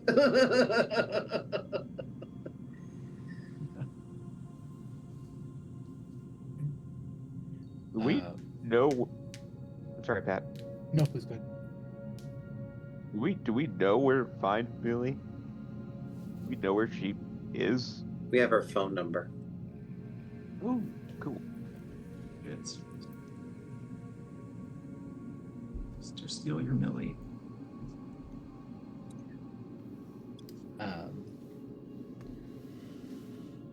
Elliot, you get a communication. You get a call on your communicator. I'm not gonna say that word too many times. From Darwin. Oh. Hey, Captain, just checking in. It's been a few days. Wrigley said your life support all looks pretty good, so there shouldn't be any problems there. But two questions. Well, one question, one information. There's like a dog guy here, or a guy who a dog person is taking measurements of the ships, and he's looking to do some upgrades. Is that kosher? Was he? Well, first of all, Darwin, it's good to hear from you. I miss you all. Oh, sorry about pleasantries and all that. Definitely miss all of you. It's I would say it's quiet without you on the ship, but Pepper plays her music pretty loud when you're gone. So. No, I understand. That's when she does her ball practice. I don't know exactly what she calls it, but it's it's something. Well, out of character, Ryan's headcanon is that Pepper's extracurricular activities is doing drag balls. Love that. Yeah, and so she's practicing her like ball categories. We're off the ship. Is that an okay thing to headcanon? And second of all, if the cat person was sent by an octopus, we should be fine. It is a dog person. Is it okay if a dog person's sent by an octopus too, or does it have to be a cat person? Sorry, Ryan forgot. If the dog person was sent by an octopus, then we should be fine. All right. Yeah. They did say that Zeal sent them, and we're still in her cargo base, so I figured it was safe. Number two, nothing urgent, but Wrigley noticed there's this. The algae isn't decreasing like almost at all. In fact, it's getting pretty strong. She thinks that this shard is not dangerous, probably, but it's supercharging the stuff on the ship. Something to talk about when you get back. But everybody's safe and accounted for? Oh, absolutely, yeah. 10 fingers, 10 toes, we're all good. Great, wonderful. Maybe it would be best if we talked about the banana when we talk about the banana. Ellie was trying to say maybe. I gotta tell you, Captain, I'm not picking up what you're putting down here. It's just I misheard you. You said something about a shard, and I think you meant the banana.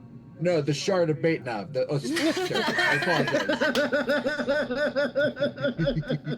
That's what I was thinking, John. Elliot goes, no, you mean the banana. The banana. And of course, all of you are not hearing, so you're just hearing Elliot at the table. The banana, Darwin. Oh, right. The banana. The banana. Super banana. Right. No, we love talking about the banana, Darwin. We're done. We are a big fan and very public about the banana. And also, Elior picks up his paper and finds the 4-letter word for 11 toes. Thank you for helping me solve my crossword puzzle. Happy to be a help, Captain. Should we expect you back anytime soon, or? If you don't hear from us by the end of today, send someone down. But I'm confident we will at least have an update for you on our time of arrival after we finish some things today. Well, I'll be honest, Captain, that's a pretty ominous update. I'm glad I called. No, I'm sorry. And Darwin, before I let you go, I have one more important question for you. How many of the pornographic books have you found on the ship? 74. What? Elior looks at Levi. You've got many, many more to go between the two of you. Thank you, Darwin. I appreciate it. No, Captain. Trust me. Thank you. And he will, What the fuck's the doctor gonna do with a gun now that I think about it? He's really excited about it, though. I thought it was supposed to be all do no harm, see no evil and shit. I don't get it.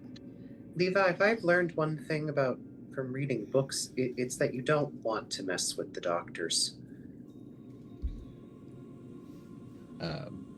How do you find 74 of them? Some of them admittedly are in water features. Yes, but I got those 2. Were there more? I had Fluffernutter get really creative with the water feature ones. That's the only hint you're getting. And with that, I just realized what time it is, so I think that is a good place to call the session for the evening. Unless anyone have one last breakfast table zing they'd like to get in. I'm all good. Let's go right. shake a lady down about a painting. Awesome. All right. Yeah, we will pick up next time. Getting your hands on a painting, and I won't count my chickens before they hatch, but I wouldn't be surprised if some combat happened. So No. go polish off your blasters and take out your character sheets, because we're gonna be rolling some dice next session.